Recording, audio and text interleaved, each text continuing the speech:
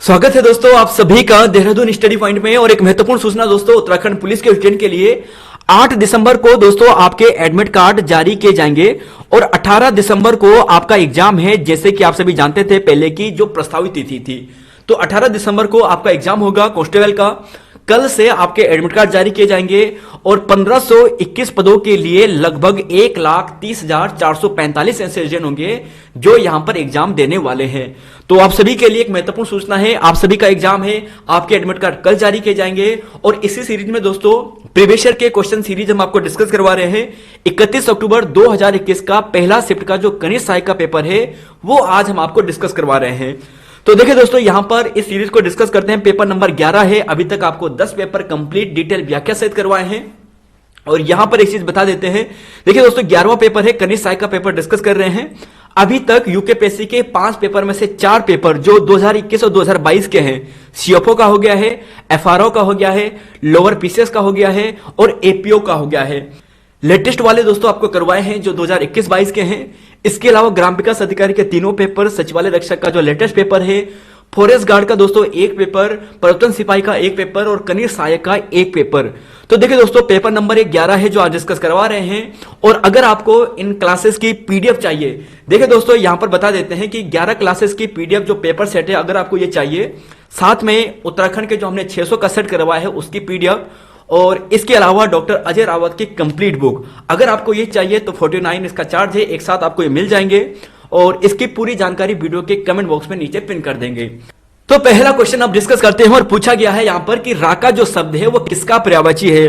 देखिए दोस्तों, आयोग की फाइनल आंसर की के अनुसार आपको यहां पे आंसर रखते हैं और आयोग ने जो माना है, कुछ क्वेश्चन में विवाद जरूर होता है, लेकिन आयोग के फाइनल आंसर की के ही अनुसार जो यूकेएससी का है उसी के आधार पर आंसर है।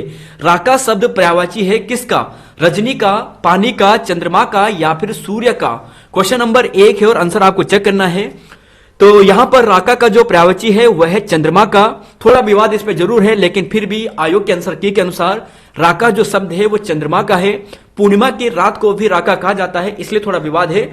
बाकी दोस्तों अगर अगले एग्जाम में ध्यान रख लेना कि रात का पर्यायवाची रात्रि, रजनी, निशा, विभावरी, यामिनी आते हैं, रिवाइज करना है बस। और इसके अलावा यहां पर कुछ और पर्यायवाची शब्द हैं, जैसे यहां पर आपके लिए जूम कर लेता है, केवल एक नजर आपको देखनी है।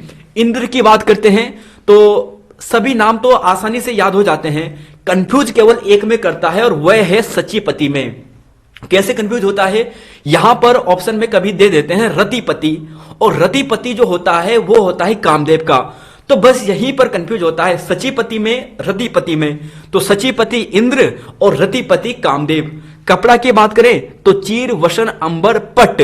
कमल की बात करें तो सरसिज जो है ये पूछा जा चुका है यूकेएससी के एग्जाम में ही, तो सरसिज है कमल का। घर के यहां पर सरल है। और चंद्रमा की बात करें तो इंदु, सुधाकर, कलानिधि, सुधांशु, विधु। विधु भी चंद्रमा को कहा जाता है।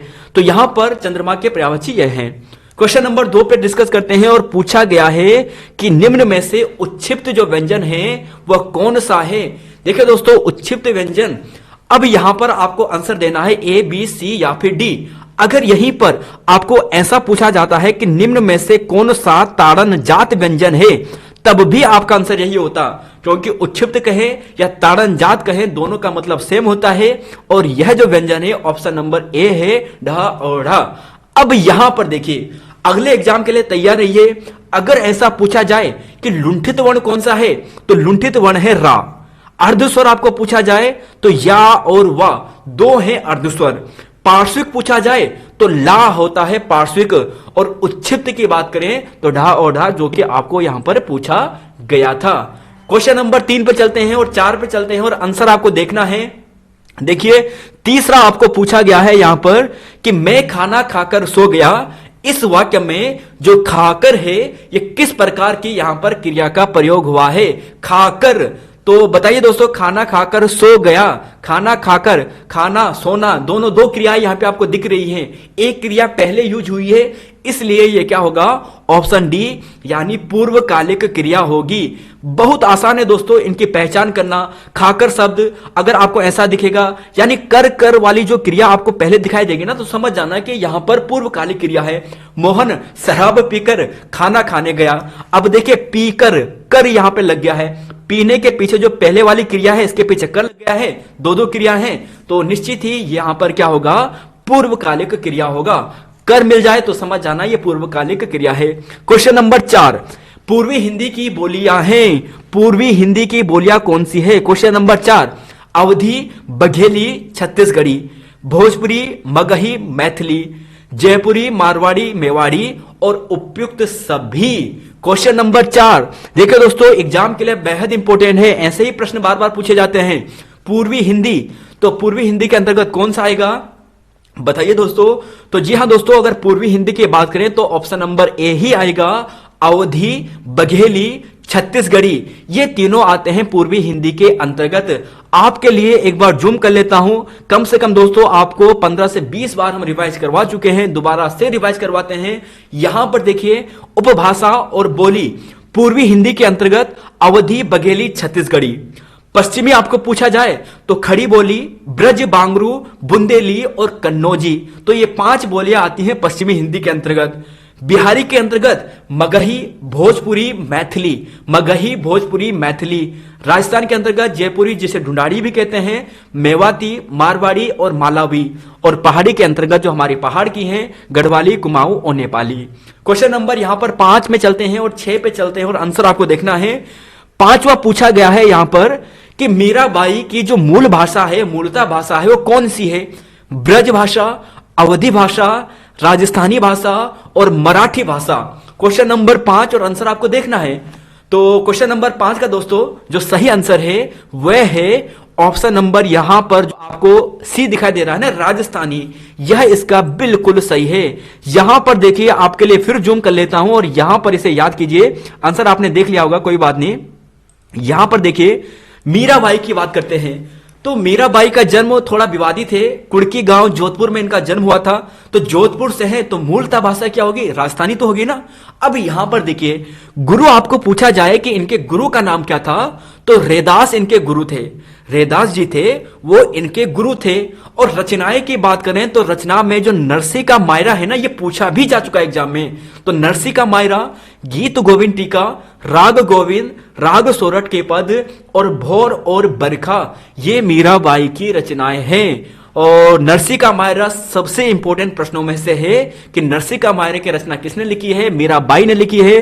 विवादित इनका जन्म है 1503 में हुआ या फिर 1498 में हुआ है और जोधपुर राजस्थान में हुआ था, तो राजस्थानी इनकी मूल भाषा हो गई। क्वेश्चन नंबर 6 देखिए, पूछा गया है कि सरकारी, यहां पर है कि सरकारी अधिकारियों के मध्य ध्यानाकर्षण व स्पष्टीकरण हेतु सरकारी काम में व्यक्तिगत शैली में, तो व्यक्तिगत शैली में जो लिखा जाता है वो अर्ध सरकारी पत्र लिखा जाता है। ऑप्शन नंबर सी यहां पर राइट आंसर है। क्वेश्चन नंबर यहां पर चलते हैं 7 और 8 पे, इसका आंसर आपको देखना है। तो देखिए 7 पूछा गया है कि निम्नलिखित में से कौन सा पद, कौन सा शब्द देशज शब्द है? तो अग्नि, लोटा, खेत या फिर प्रार्थना। तो देशज यानी जो देसी भाषा में प्रयोग होते हैं, तो देसी भाषा में तो लोटा ही होता है, ऑप्शन नंबर बी यहां पर होगा। क्वेश्चन नंबर 8 है कि मिश्र वाक्य कौन सा है? तो देखिए दोस्तों, मिश्र वाक्य आपको पूछा गया है। मिश्र वाक्य में 2 वाक्य होते हैं और पहला वाक्य दूसरे वाक्य पर या दूसरा वाक्य पहले वाक्य पर क्या होता है? निर्भर होता है, आश्रित होता है। तो क्वेश्चन नंबर 8 है, आंसर देखना है। तो यहां पर राइट आंसर होगा ऑप्शन नंबर, यहां पर आप देख रहे होंगे तो ऑप्शन नंबर यहां पर होगा, जरा सोचिए। तो जी हां, डी यहां पर होगा। एक पहचान आपको बता देता हूं दोस्तों, ध्यान रखिएगा। अगर पूछा जाए मिश्र वाक्य की पहचान करना, तो मिश्र वाक्य के कुछ यहां पर एक से वाचक शब्द होते हैं जिससे आप आसानी से पता कर सकते हो कि ये इस भाषा का है, इसमें मिश्र वाक्य प्रयोग हुआ है। देखिए मिश्र शब्द की पहचान है, अगर की आपको दिखाई दे, की, मिश्र शब्द में की, जो, सो, जैसे, वैसे, जब, तब, अगर, यदि, ये जो शब्द आपको दिखाई दे तो समझ जाइएगा यहां पर क्या है कि ये मिश्र वाक्य है।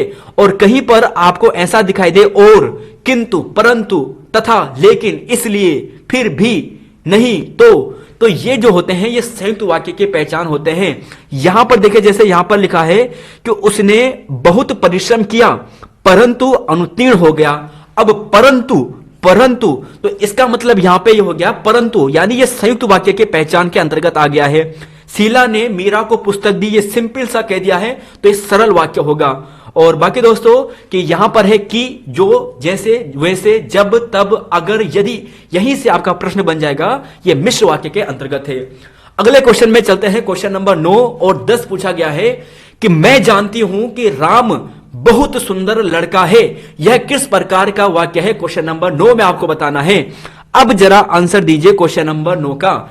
मैं जानता हूं या जानती हूं कि राम बहुत सुंदर लड़का है, की। तो देखिए दोस्तों, यहां पर एक चीज बता देता हूं कि जो वाचक शब्द है ना, अगर किसी वाक्य में आपको ऐसा दिखाई दे कि मैं जानती हूं कि राम बहुत सुंदर लड़का है, मैं जानता हूं कि तुम यह कर सकते हो, हम जानते हैं कि वह ऐसा कर सकता है, तो की शब्द आपको जहां पर भी दिखाई दे तो सीधा आप चले जाना ऑप्शन नंबर ए पे, संज्ञा उपवाक्य पे। ध्यान रखिएगा, संज्ञा उपवाक्य की यह पहचान होती है। क्वेश्चन नंबर यहां पर 10 पूछा गया है कि निम्नलिखित शुद्ध वाक्य है, तो शुद्ध वाक्य का आपको चयन करना है। उसने पुरस्कार का अपमान किया, उसने पुरस्कार का तिरस्कार किया, उसने पुरस्कार का अनादर कर दिया, और उसने पुरस्कार का अवमान कर दिया। तो क्या यहां पर आएगा? अपमान होगा, तिरस्कार होगा, अनादर होगा, या फिर अवमान होगा? क्वेश्चन नंबर 10 का तो राइट आंसर देखना है। क्वेश्चन नंबर 10 का शुद्ध वाक्य पूछा गया है, और आंसर की बात करें तो यह होगा ऑप्शन नंबर बी, उसने पुरस्कार का तिरस्कार किया गया है। जो पुरस्कार होंगे उसका तिरस्कार किया जाता है। ऑप्शन नंबर यहां पर बी होगा। अपमान नहीं होता है, अपमान किसी व्यक्ति का होता है, ठीक है, तो ऑप्शन नंबर बी यहां पर होता है। अगले क्वेश्चन पे चलते हैं। क्वेश्चन नंबर 11 और 12 पूछा गया है। 11वां के शब्दों में विशेषण कौन सा है? रोग, मर्यादा, लालच, या फिर मौनी? तो बताइए विशेषण में कौन सा शब्द है? तो देखिए दोस्तों, मौनी यहां पर आपको दिखाई दे रहा है। मौनी, मौन से बन रखा है, तो मौनी क्या है? एक प्रकार की विशेषता है, यानी विशेषण है। ऑप्शन नंबर डी यहां पर होगा। जिसके पास कुछ भी ना हो उसे कहते हैं, जिसके पास कुछ भी ना हो उसे क्या कहेंगे? तो उसे कहते हैं बताइए, तो उसे कहते हैं ऑप्शन नंबर जो सी है, अकिंचन कहते हैं। जिसके पास कुछ भी ना हो, जिसके पास धन ना हो उसे निर्धन कहेंगे, जिसके पास कुछ भी ना हो उसे अकिंचन कहेंगे। अगले क्वेश्चन पे चलते हैं। क्वेश्चन नंबर 13 और 14 पूछा गया है। अनायास शब्द में प्रयुक्त उपसर्ग कौन सा है? अनायास में, तो यहां पर देखिए दोस्तों, अनायास की बात करते हैं तो उपसर्ग आपको बताना है। क्वेश्चन नंबर 13 है, तो यहां पर जो होगा ना, ये होगा अन उपसर्ग, और अन हलंत वाला, यानी संपूर्ण वाला नहीं है, अन होगा। और अन से कुछ यहां पर महत्वपूर्ण है। अन का मतलब नहीं से लिया जाता है। अनंत, अनुपयोगी, अनुपयुक्त, अनागत, अनिष्ट, अनुपम। अगली बार आपको ऐसा पूछा जाए कि अनुपम में कौन सा उपसर्ग है, तो अन उपसर्ग में जाना, ठीक है, और अन में मत चले जाना। तो अन उपसर्ग में है, यहां पर इस चीज का ध्यान रखिएगा। क्वेश्चन नंबर यहां पर है 14 और पूछा गया है कि निम्न में से हिंदी का महाप्राण ध्वनि कौन सी है? महाप्राण ध्वनि कौन सी है? देखिए दोस्तों, हमने ये हिंदी की क्लास में आपको करवाया था, आप जानते भी होंगे। महाप्राण कौन सा होता है, जरा बताइए। तो इसका राइट आंसर आपको क्या मिलने वाला है? अल्प, महा, अल्प, महा, अल्प, अल्प, महा, अल्प, महा, अल्प। तो ये ट्रिक आपको मालूम होगी शायद, तो बताइए। तो जी हाँ दोस्तों, इसका राइट आंसर आपको मिलेगा ऑप्शन नंबर बी, यानी ख और घा मिलेगा। क्यों मिलेगा? अब यहां पर देखिए, जो पहला वर्ग होता है ना, जो हमारे पास जो वर्ण होते हैं, इनका जो पहला वर्ग आपको दिखाई दे रहा है ना, पहला अल्प होता है, दूसरा महा होता है, तीसरा अल्प होता है, चौथा महा होता है, और पांचवा फिर अल्प होता है। का, च, टा, ता और पा, यानी ये सभी अल्प के अंतर्गत आएंगे। ख, छ, ठ, थ, फ, ये सब महा के अंतर्गत आएंगे। तो पहचान करना एकदम सरल है। अल्प महा, अल्प महा, अल्प महा, अल्प, तो बहुत सरल है, आ जाएंगे ना। तो यहां पर देखिए, खा की बात करें तो दूसरा वर्ग का है, यानी दूसरे में है, दूसरी लाइन में, कॉलम में, तो बिल्कुल ही आ गया। और घा देखिए, ये यानी यहां पर है चौथे में, तो ये भी महा के अंतर्गत आ गया। तो दूसरा और चौथा महाप्राण के अंतर्गत आते हैं। तो ये तो हो गए स्पर्शी व्यंजन, है ना। अगर यहीं पर ऐसा पूछा जाता है कि जो नीचे वाले होते हैं, या, र, ल, व और श, श, शाह, तो इन्हें देखेगा। जो या, रा, ला, वा है ये अल्प के अंतर्गत, और शा, शा, सा और हा जो है वो महाप्राण के अंतर्गत है। तो बहुत ही सरल है दोस्तों, रिवाइज कर लीजिएगा। क्वेश्चन नंबर 15 और 16 पे चलते हैं। क्रीड़ा शब्द का तद्भव रूप है, तो देखिए इसका आंसर देखना है आपको 15वां का, और राइट आंसर जो आपको मिलने वाला है वो मिलेगा ऑप्शन नंबर सी, यानी क्रीड़ा। यहां पर ये सही है। अगले क्वेश्चन पे चलते हैं। 8 बार न्यो त्योहार, लोकोक्ति का अर्थ क्या है? 8 बार न्यो त्योहार, तो मेल ना रहना, मौज मस्ती का जीवन, निरंतर कार्य करना, या फिर कठिनाई का अनुभव करना। तो राइट आंसर ऑप्शन नंबर यहां पर दोस्तों बी है, मौज मस्ती का जीवन, यहां पे सही है। क्वेश्चन नंबर 17 और 18, महादेवी वर्मा की जो कीर्ति है नीरजा, इसकी विधा क्या है? क्वेश्चन नंबर 17 है और पूछा गया है आपको कि जो नीरजा है इसकी विधा क्या है? काव्य संग्रह है, रेखा चित्र है, कहानी है या फिर उपन्यास है? तो यहां पर दोस्तों यह जो है ना एक काव्य संग्रह है, ये कई बार एग्जाम में आ चुका है पहले भी, और यहां पर आप रिवाइज कर सकते हैं, इनका कर्म लगाने के लिए भी आता है। देखिए इतिहासकार की बात करते हैं, यहां पर आप देखोगे संपूर्ण इतिहासकार में निहार, रश्मि, नीरजा, संध्या गीत, दीपशिखा और सप्तपर्णा, ये क्या है? ये काव्य संग्रह है किसके? महादेवी वर्मा की, और इसका कर्म भी यही है। ऐसे आप याद कर सकते हो कि निहारती रश्मि नीरजा को सांध्य के समय दीप शिखर पर सप्तपर्णी गुफा से। तो ये सभी रचनाएं महादेवी वर्मा जी की हैं, इसे याद कीजिएगा। क्वेश्चन नंबर 18 है और पूछा है कि जो पर्णकुटी है इसका विलोम क्या होता है? देखिए पर्णकुटी की बात करते हैं, पर्णकुटी का मतलब होता है यहां पर होता है झोपड़ी से, ठीक है। पर्णकुटी का मतलब होता है झोपड़ी से, तो पर्णकुटी का मतलब होता है झोपड़ी से। तो आपको यह बताना है कि यहां पर जो पर्णकुटी का विलोम होगा वह कौन सा होगा? तो जी हां, ऑप्शन नंबर बी होगा, प्रासाद यहां पर सही होगा। प्रासाद ध्यान रखिएगा ये सही होगा, और प्रासाद का मतलब होता है राजमहल। बड़ी आ की मात्रा देखिए, प्रासाद ये नहीं है, प्रसाद नहीं, प्रासाद बड़ी आ की मात्रा। प्रासाद का मतलब होता है यहां पर क्या? ये होता है राजमहल से, बड़े बड़े महलों से, कोठी से। वर्णातीत का अर्थ क्या है? क्वेश्चन नंबर 19 से। तो देखिए दोस्तों यहां पर यह प्रश्न का आंसर आपको देखना है, और आप सभी यहां पर गलत आंसर दे रहे हैं, और आयोग ने इस प्रश्न को डिलीट किया है, और इसका आंसर जो माना है दोस्तों वैसे देखें तो इसका मतलब होता है जिसका वर्णन ना हो सके। तो यहां पर इसका यह होना चाहिए था, और आयोग ने इस प्रश्न को डिलीट किया है। तो यहां पर यह देखना है, या फिर ऐसा भी हो सकता था कि वर्णन से परे, लेकिन आयोग ने डी नहीं माना है, इसलिए आपको इसका आंसर देखना है। यह प्रश्न डिलीट हुआ है। अगला क्वेश्चन है, देखिए पूछा है कि विसर्ग संधि का उदाहरण है। तो विसर्ग संधि का आपको उदाहरण देखना है, और इसका राइट आंसर आपको मिलेगा ऑप्शन नंबर यहां पर मिलेगा। जी हां दोस्तों, ए मिलने वाला है ये विसर्ग संधि का, और सत धन जन यहां पर ये व्यंजन संधि का हो, और यदि धन अपि आपको पूछा जाए तो यदि यानी यण संधि का यहां पर एग्जांपल है। 21वां क्वेश्चन है, और यहां पर रीजनिंग का क्वेश्चन आगे हैं, हिंदी के क्वेश्चन खत्म हो चुके हैं, और जीएस उत्तराखंड के क्वेश्चन भी यहां से शुरू हो चुके हैं। 20 मिनट में घंटे की सुई कितने अंश चलती है? 20 मिनट में, तो देखिए 20 मिनट की हम बात करते हैं ना, तो 20 मिनट में जो घंटे की सुई कितने अंश चलती है ये आपको देखना है। तो यहां पर दोस्तों राइट आंसर आपका आएगा ऑप्शन नंबर, जरा सोल्व करने की कोशिश कीजिएगा। तो यहां पर दोस्तों इसका आंसर मिलेगा वैसे 10 डिग्री, ये सही है। कैसे दोस्तों यहां पर इसे सोल्व हुआ है, यहां पर हमने लिखा है, क्योंकि आप सभी जानते हैं कि जो हमारी यहां पर एक घंटे की सुई होती है ना, टोटल अगर आप बात करें कि एक सर्किल पूरा करने में टोटल कितना समय लगता है, 12 आवर का समय लगता है, और एक सर्किल जो पूरा होता है वो 360 डिग्री का होता है। तो इसका मतलब 12 घंटे बराबर 360 डिग्री। जब घंटे की सुई कंप्लीट 12 घंटे घूम जाएगी, इसका मतलब उसने 360 डिग्री कंप्लीट कर दिया है। तो एक हावर की बात करें तो कितना हो जाएगा? एक हावर का मतलब 360/12, यानी एक घंटे में जो घंटे की सुई होगी वो 30 डिग्री घूम जाएगी। तो एक घंटे का हमने पता कर लिया है। तो यहां पर आप सिंपल से इसे डिवाइड कर सकते हैं। फिर देखिए अगर एक घंटे में 30 डिग्री घूमती है, तो अब हमें यहां पर पता करना है कि 20 डिग्री में, तो सिंपल सा इस घंटे को मिनट में कन्वर्ट कर दे, क्योंकि हमने इसे मिनट में पता करना है आंसर।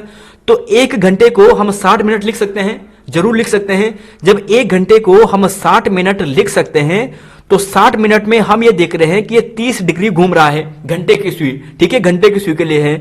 तो एक मिनट में कितनी घूमेगी? एक मिनट में यहां पे घूमेगी 30/60, बिल्कुल ऐसा ही घूमेगा, ऐसा ही घूमेगा ना, 30/60।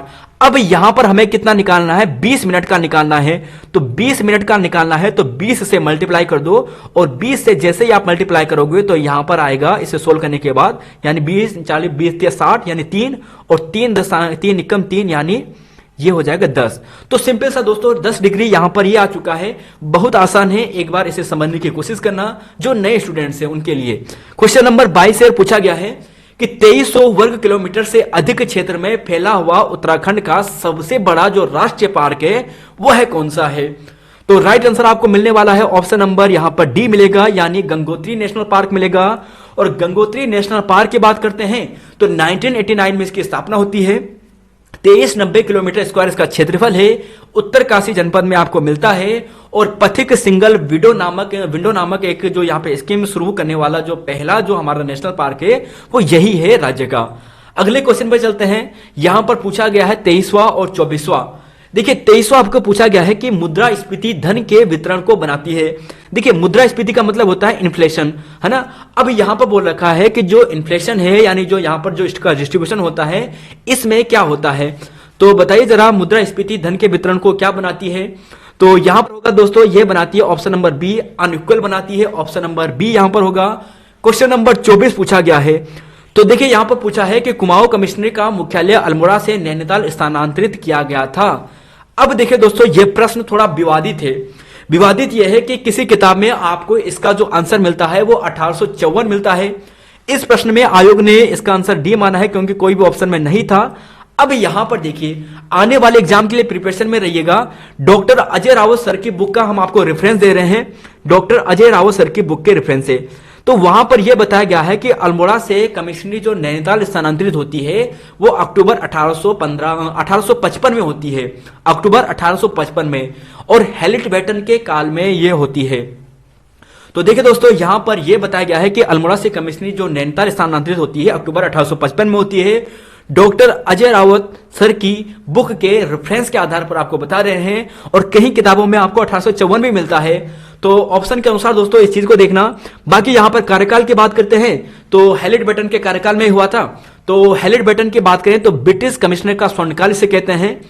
और यहीं पर आप देखोगे कि अल्मोड़ा से बामोरी अल्मोड़ा जो यहां पर निर्माण कार्य सर्वेक्षण का सितंबर 1850 में इसी ने करवाया था। और आठवां बंदोबस्त या 9वां बंदोबस्त थोड़ा कंफ्यूजिंग होता है, किताबों में अलग अलग डाटा है। 1840 में इसने करवाया था जिसे 20 सारा बंदोबस्त कहते हैं, यह भी ध्यान रखेगा। अगले क्वेश्चन पे चलेंगे। क्वेश्चन नंबर यहां पर है 25 और 26। पूछा गया है यहां पे कि संयुक्त राष्ट्र संघ का महासचिव किसे नियुक्त किया जाता है। तो इसका आंसर देखना है 25 का राइट आंसर।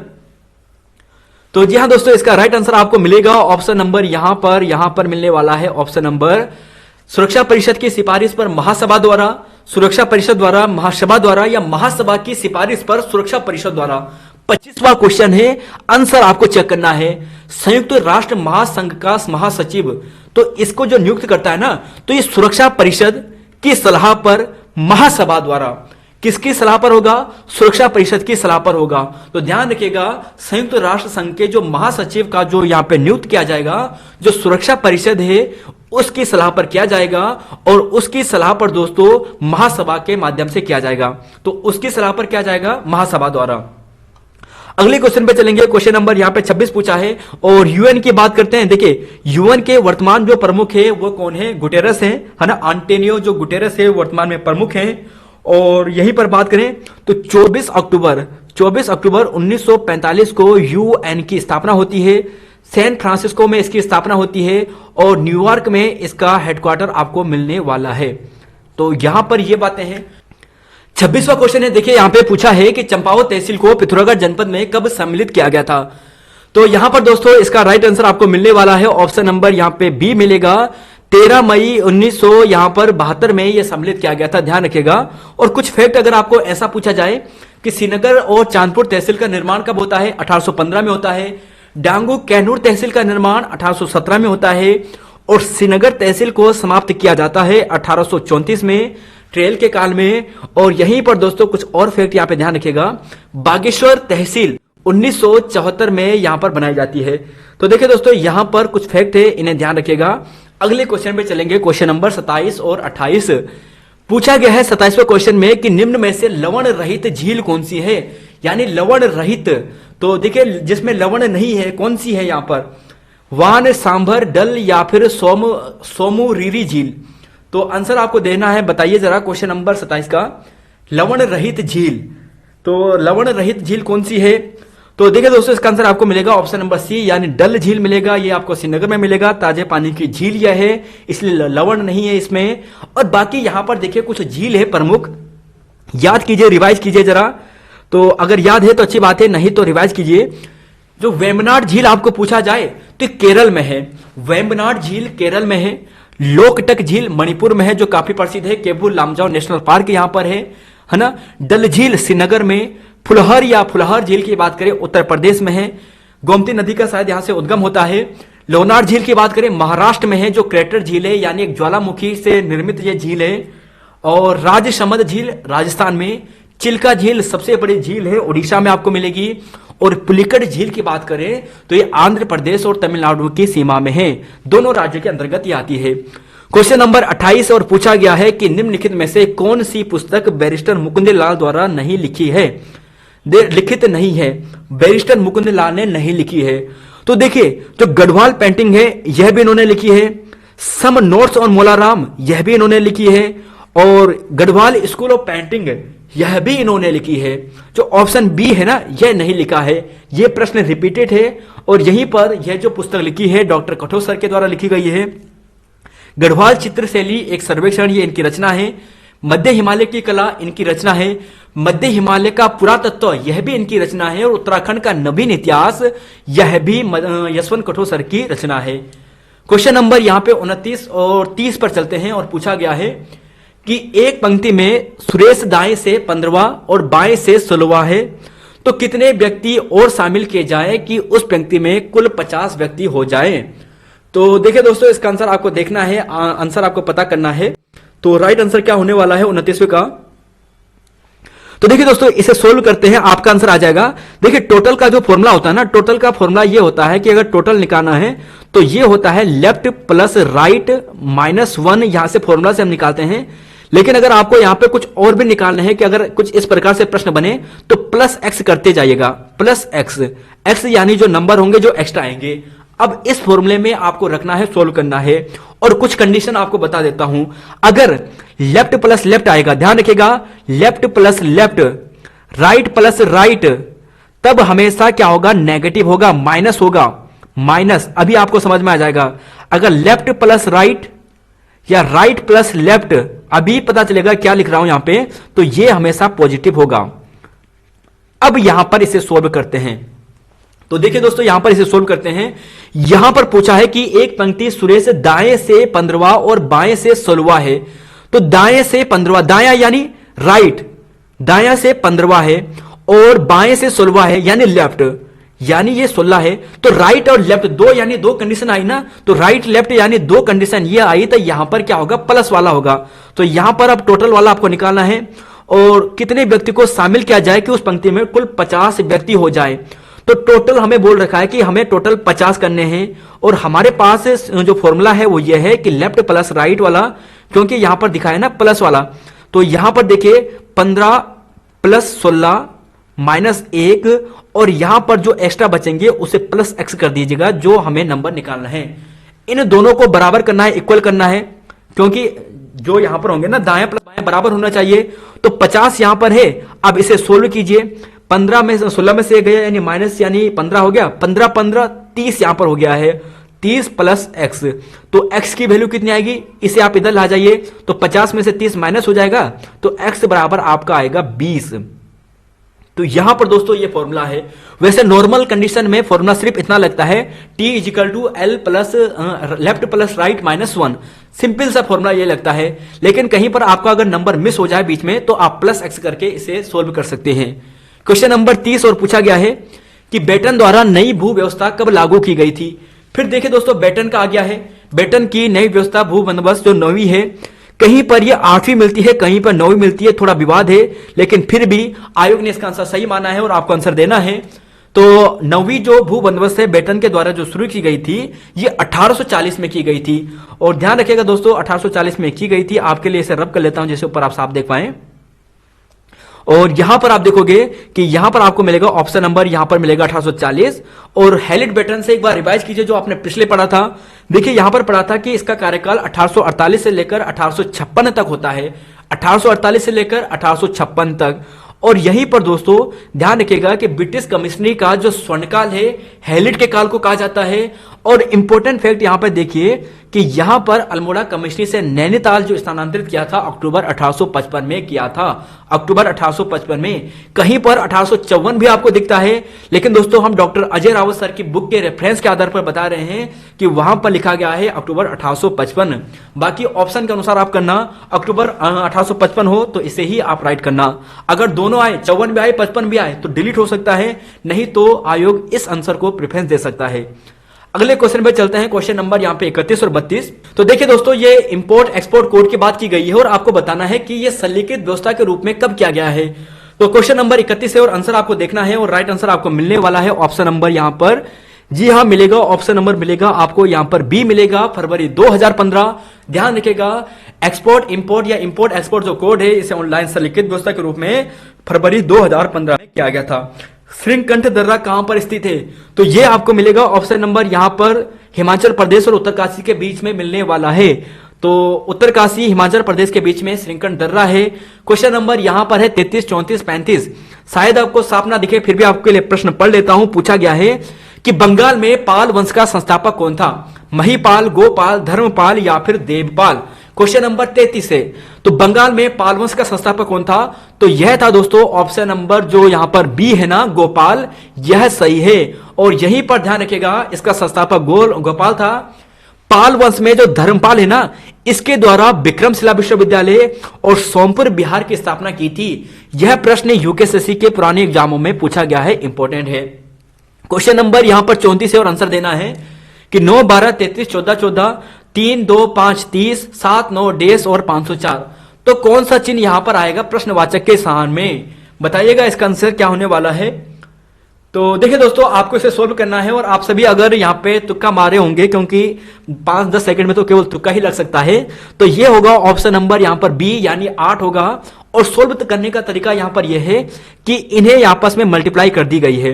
तो देखिएगा 9, 12, 13 को मल्टीप्लाई करेंगे आपस में, 1404 आएगा।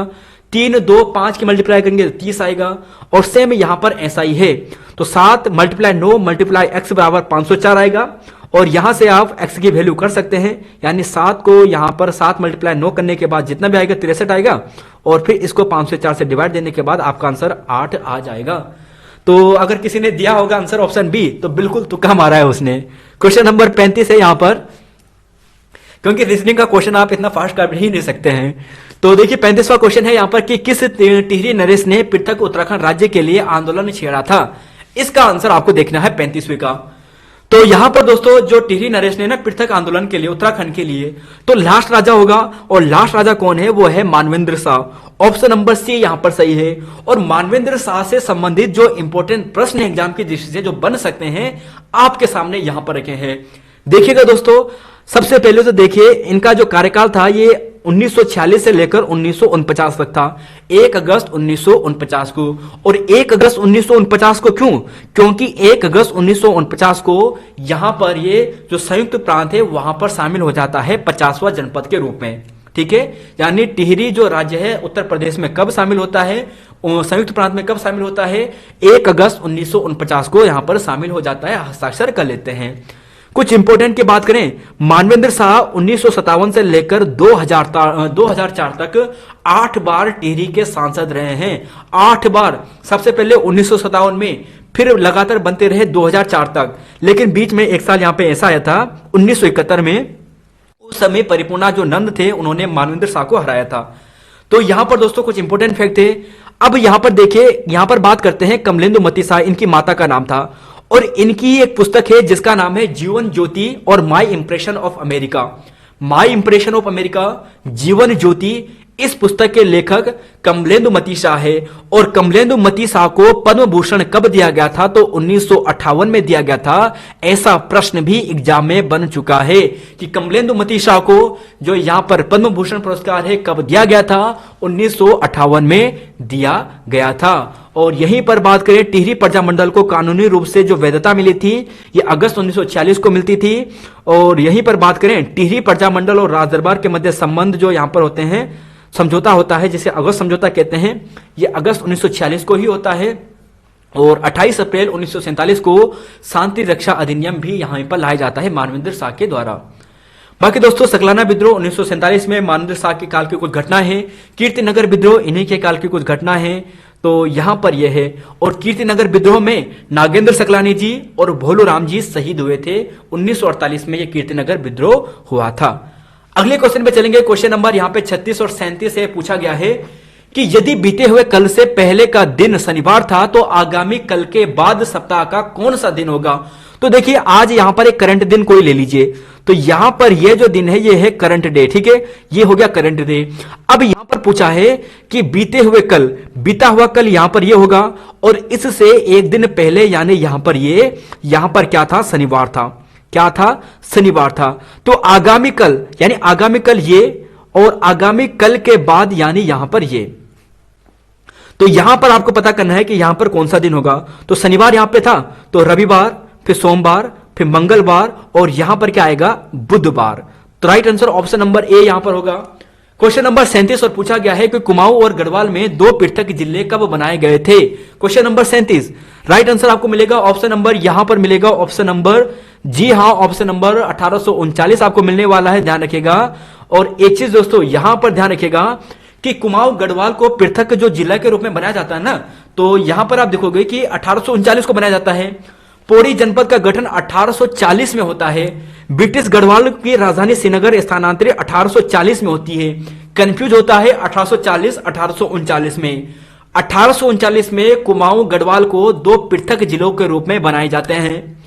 1840 में पौड़ी को जो पौड़ी है उस जनपद का गठन किया जाता है।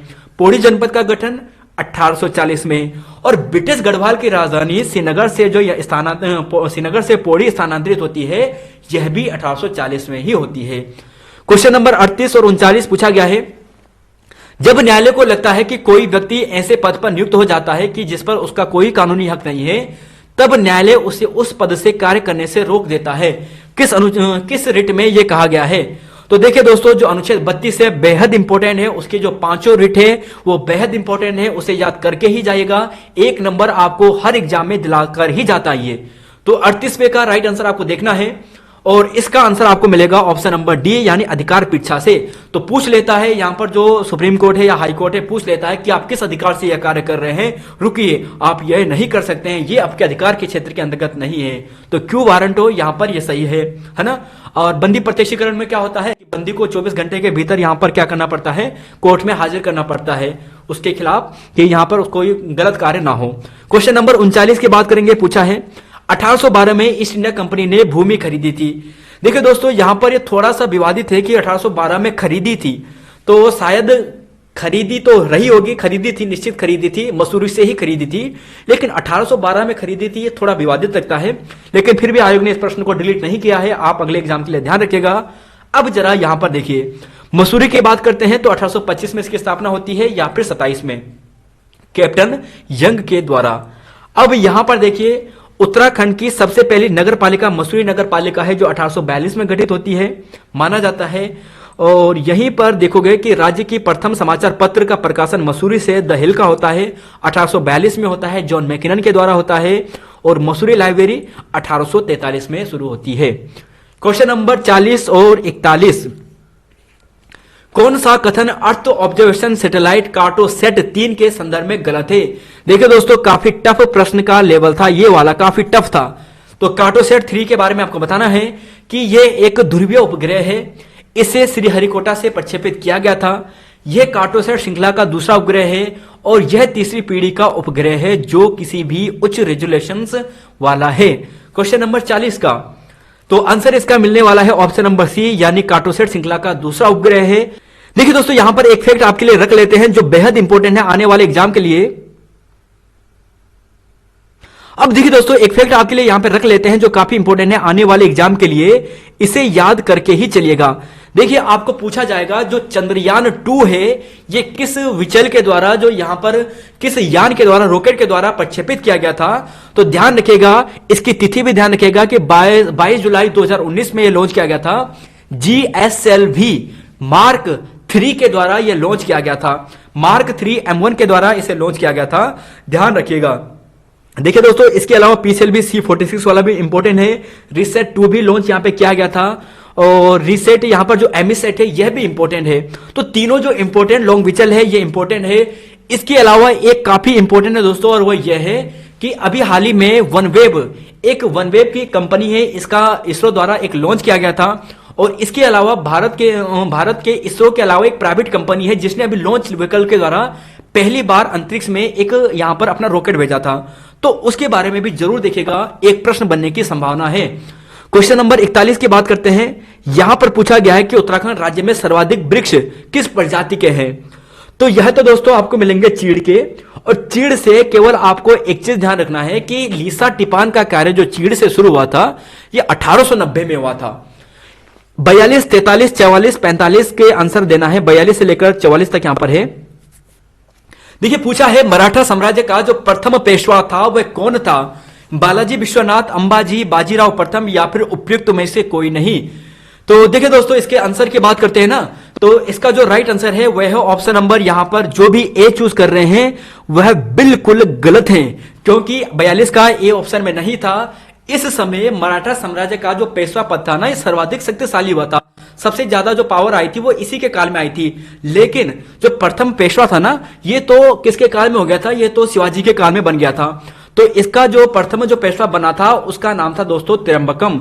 ध्यान रखिएगा मोरोपंत त्र्यंबकम प्रथम पेशवा था, ये काफी इंपॉर्टेंट है। और आने वाले एग्जाम के लिए मराठा साम्राज्य से जो महत्वपूर्ण प्रश्न है आपके लिए यहां पर रखे हैं, याद कीजिए मेरे साथ, आते हैं तो रिवाइज कीजिए। पुरंदर की संधि 1665 में होती है, शिवाजी और जयसिंह के बीच में होती है, यानी औरंगजेब का यहां पर ये जयसिंह क्या होता है, गुलाम होता है। मराठा आंग्ल युद्ध एक प्रश्न बनने की संभावना होती है, कर्नाटक युद्ध से, मराठा युद्ध से, मैसूर युद्ध से, आंग्ल मैसूर, आंग्ल कर्नाटक, आंग्ल यहां पर मराठा। तो देखिए मराठाओं की बात करते हैं तो प्रथम युद्ध होता है 75 से 82 तक, 1775 से 82 तक माधवराव सेकंड के काल में। दूसरा युद्ध होता है 1803 से लेकर 5 तक, और यह बालाजी राव सेकंड के काल में होता है। और तीसरा युद्ध होता है 1817 से लेकर 1818 तक बालाजी राव सेकंड के काल में। तो देखिए कितना आसान है, जो पहला युद्ध तो देख लिया माधवराव सेकंड के काल में था, दूसरा और तीसरा जो युद्ध है ये बालाजी राव सेकंड के काल में होते हैं। और पहले समय जो यहां पर गवर्नर वगैरह थे वो था वेलेजली, और तीसरे युद्ध में था लॉर्ड हेस्टिंग, जो बेहद इंपॉर्टेंट है, पूछा जा चुका है कि मराठाओं को अंतिम रूप से किस अंग्रेज ने हरवाया था, किस गवर्नर के काल में अंग्रेज यहां से जो मराठा थे वो अंतिम रूप से हारे थे।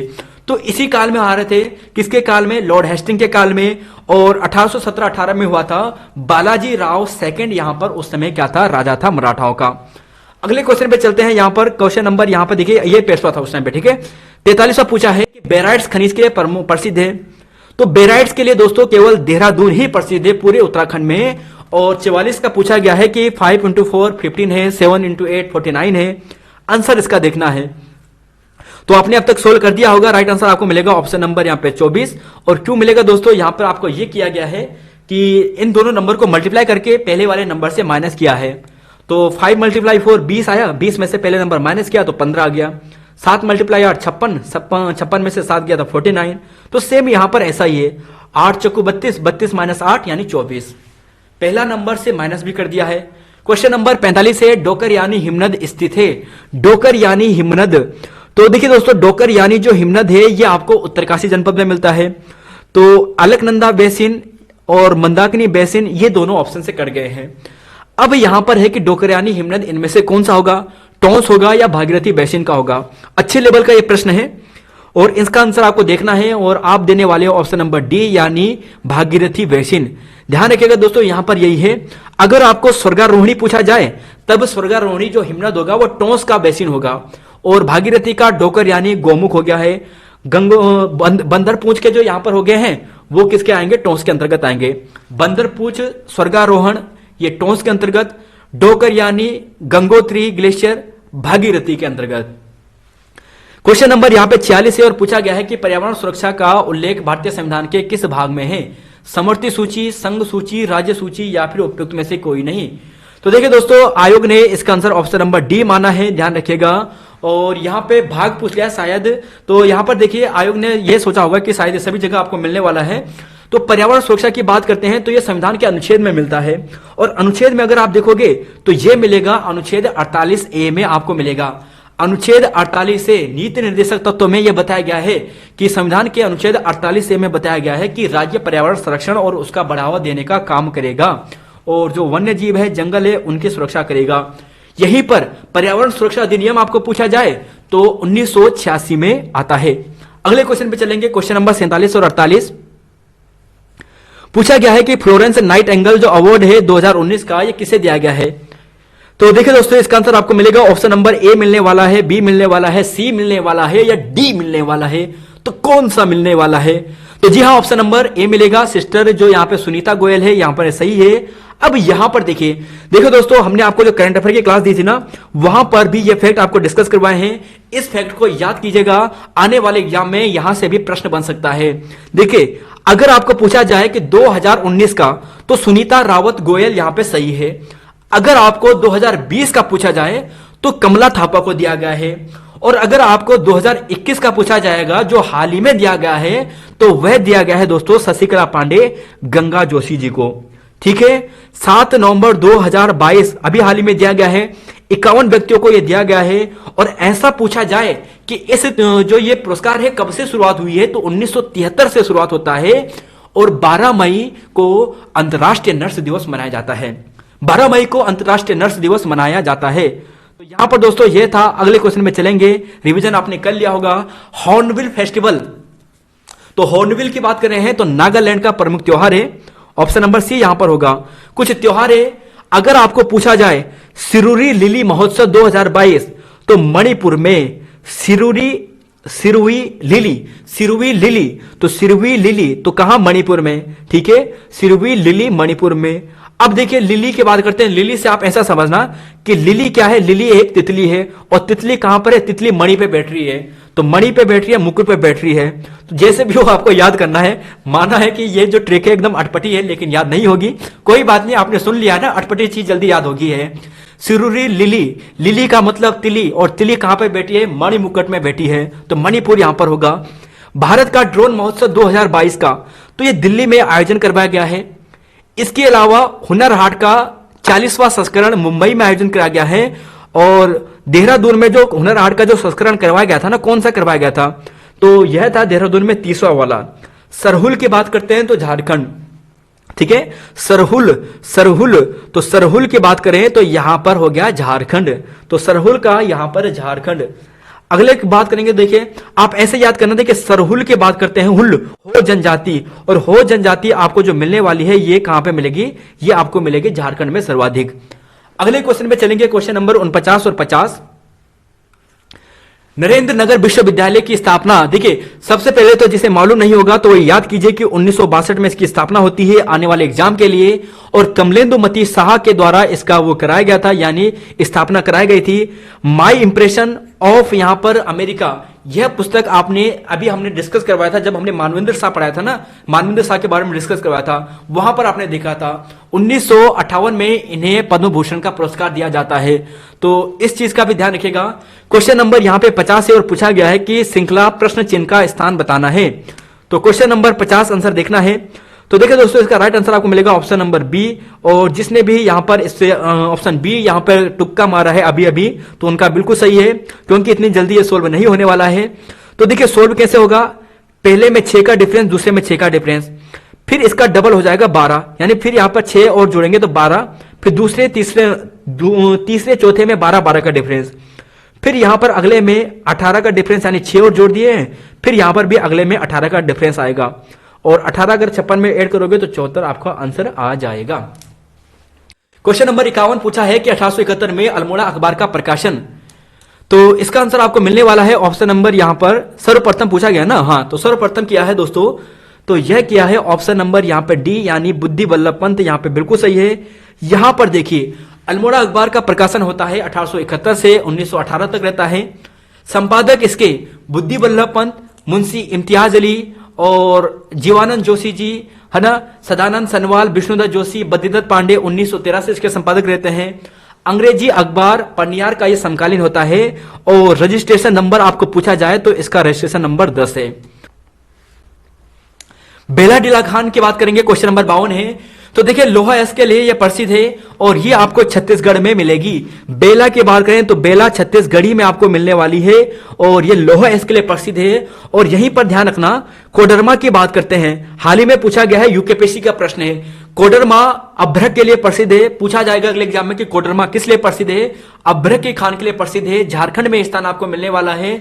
सर्वाधिक अभ्रक आपको झारखंड में मिलेगा। लेकिन उत्पादन अगर आपको पूछा जाए कि सर्वाधिक अभ्रक का उत्पादन कहां पर होता है, तो यह होता है आंध्र प्रदेश में। इस फैक्ट को भी याद कर लीजिएगा। क्वेश्चन नंबर 53 और 54, उत्तराखंड में प्रमुख शब्द ढाकर क्या है? तो देखिए दोस्तों, ढाकर जो होता है ये ऑप्शन नंबर सी से होता है, ऑप्शन नंबर डी से होता है, व्यापार यात्रा से होता है। जब कभी व्यापार यात्रा की जाती थी तो बहुत सामान को जो पीठ पर ढाकर जाना पड़ता था, है ना, तो इसी को व्यापार यात्रा कहते हैं, व्यापार यात्रा से संबंध था। तो ऑप्शन नंबर यहां पर डी होगा, सामान को ढोकर ले जाने की बात होती थी यहां पे। 54 की बात करते हैं, किस वंश के शासन काल में अवंती राज्य मगध साम्राज्य का हिस्सा बन गया था? 54 में पूछा गया है और इसका आंसर जो आपको मिलने वाला है यह मिलेगा ऑप्शन नंबर बी यानी शिशुनाग वंश में। अब यहां पर देखिए अवंती की बात करते हैं तो यहां पर आप देखोगे सबसे पहले कुछ यहां पर राजाओं की बात करते हैं। हर्यक वंश का संस्थापक बिंबिसार था, अंतिम राजा नागदर्शक था। अगला क्वेश्चन आप यहां पे देखोगे, नंद वंश की बात करते हैं तो महापद्मानंद इसका संस्थापक था, अंतिम शासक इसका घनानंद था। यहां पर देखिए शिशुनाग वंश जो यहां पर पूछा गया है, शिशुनाग वंश का संस्थापक शिशुनाग था। शिशुनाग द्वारा अवंती जीतकर मगध में मिलाया गया था। क्वेश्चन यही पूछा गया है कि किस वंश के शासन काल में अवंती राज्य मगध साम्राज्य का हिस्सा बन गया था? तो किसके काल में? शिशुनाग के काल में। और यहीं पर आप देखोगे कि यहां पर देखोगे इसके कार्यकाल आप देखिए कि 1413 से लेकर 345 ईसा पूर्व तक था। शिशुनाग वंश का अंतिम राजा नंदीवर्धन था। अंतिम राजा पूछा जाए तो नंदीवर्धन था। और यहीं पर बात करते हैं इसका एक प्रमुख शासक हुआ जिसका नाम कालाशोक था, जिसके काल में दूसरी बौद्ध संगति भी होती है। क्वेश्चन नंबर 55, 56 और 57, बद्रीदत्त पांडे किस क्षेत्र से लोकसभा सदस्य चुने गए थे? तो देखिए दोस्तों, इसका आंसर आपको ऑप्शन डी मिलने वाला है और यह मिलेगा अल्मोड़ा से 1955 में। 1955 में बद्रीदत्त पांडे जी लोकसभा के लिए चुनाव जीतते हैं। अल्मोड़ा से यहां पर ये सदस्य चुने जाते हैं। और यहीं पर बात करें बद्रीदत्त पांडे की तो 1882 में इनका जन्म होता है कनखल हरिद्वार में। 1913 में अल्मोड़ा अखबार के संपादक होते हैं। अक्टूबर 1918 में शक्ति समाचार पत्र का ये संपादन का कार्य करते हैं अक्टूबर 1918 में। और कुमाऊं का इतिहास 1937 में जेल यात्रा के दौरान लिखते हैं। क्वेश्चन नंबर यहां पे 56 है और पूछा गया है कि मेमोरी जिसके डाटा को पराबैंगनी प्रकाश से मिटाया जा सकता है, नष्ट किया जा सकता है, तो पराबैंगनी किरणों से। तो देखिए दोस्तों, इसका आंसर आपको मिलेगा ना, तो यह मिलेगा ईपी रोम यानी ऑप्शन नंबर डी आपको मिलने वाला है। कुछ यहां पर है, देखिए रोम की बात करते हैं तो ईपी रोम देखिए erasable programmable read only memory यहां पर इसका है। और यहीं पर आप देखोगे प्रोग्रामेबल रीड ओनली मेमोरी यहां पर है। एम रोम की बात करें तो मास्क रोम यहां पर है। और ईपी रोम की बात करते हैं ईईपी रोम की तो electrically erasable programmable read only memory. अब यहां पर देखिए जो ईपी रोम है ना ये वाला, इसमें क्या किया जाता है कि जो अल्ट्रावेली वेव होती हैं यानी वेव वगैरह होती हैं पराबैंगनी किरणें, इसके माध्यम से जो यहां पर डाटा है उसे मिटाया जाता है। लेकिन जो ईईपी रोम है जो डबल वाला है ई यानी इलेक्ट्रिकली, तो इसमें इलेक्ट्रिकली फील्ड के माध्यम से जो डाटा है वो हटाया जाता है। तो ईपी रोम इंपॉर्टेंट है, ध्यान रखिएगा, इन सभी की फुल फॉर्म आपको पूछी जाती है। क्वेश्चन नंबर 57 है, पूछा गया है कि कुमाऊं राष्ट्रीय मोर्चा की स्थापना तो कौन करता है? तो पीसी जोशी जी करते हैं। और यहीं पर आप देखोगे कि अक्टूबर 1970 में कॉमरेड पीसी जोशी द्वारा कुमाऊं राष्ट्रीय मोर्चा का गठन किया जाता है।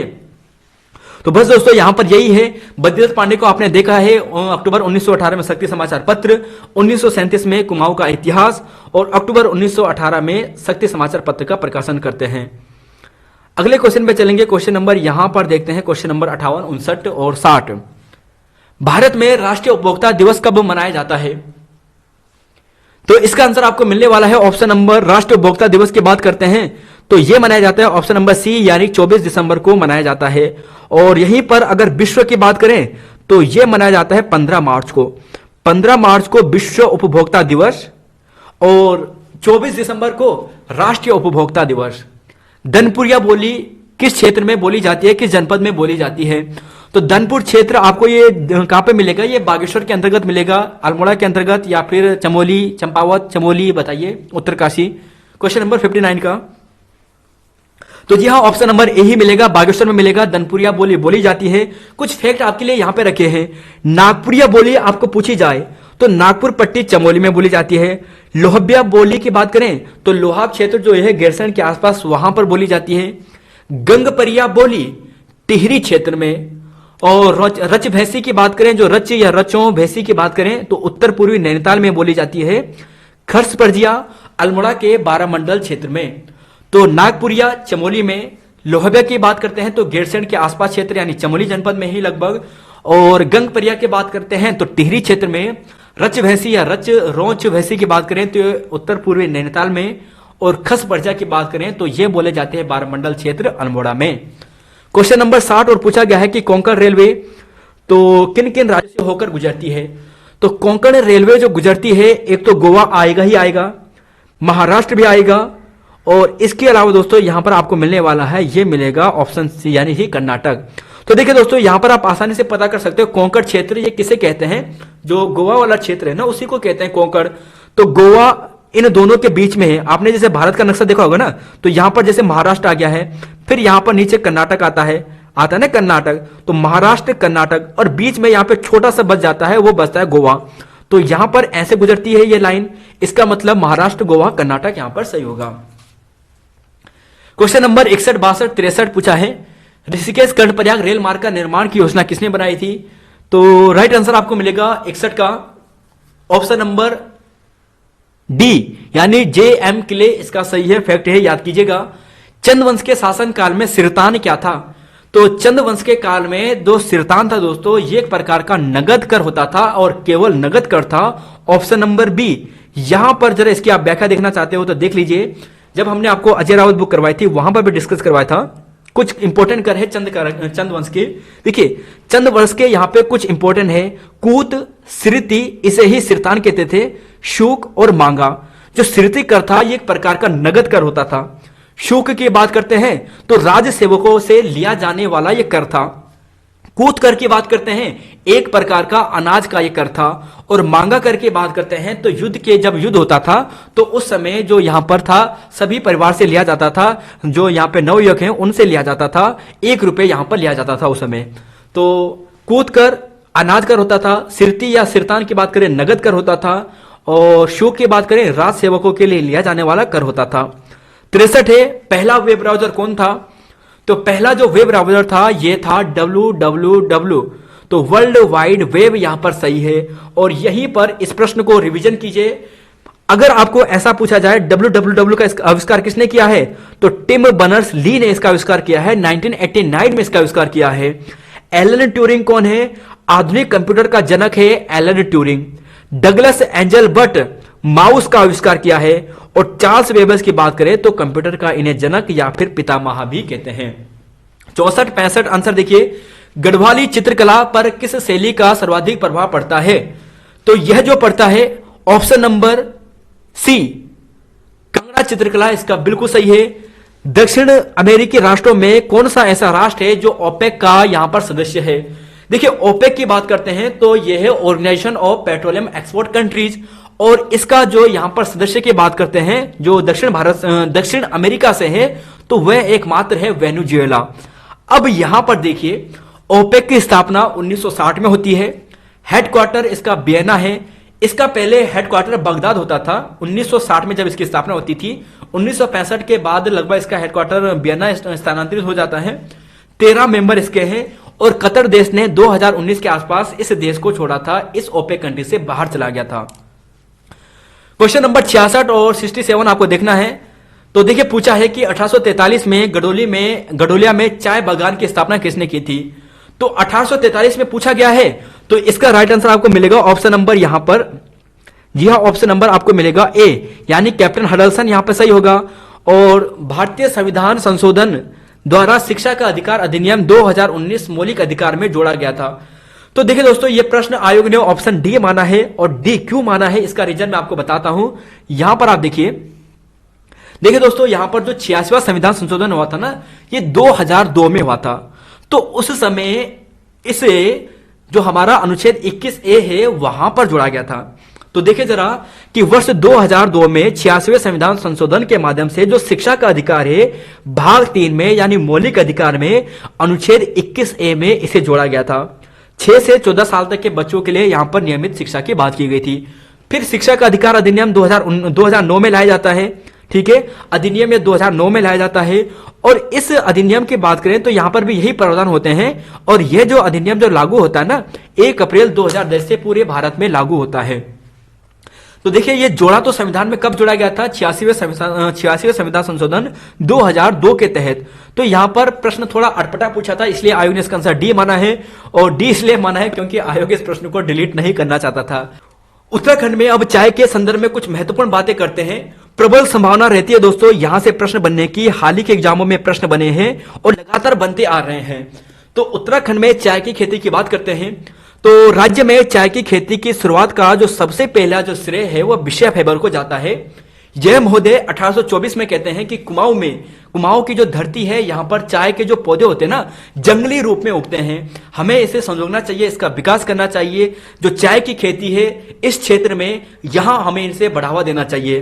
तो बिशप हेबर यह बात कहते हैं 1824 में।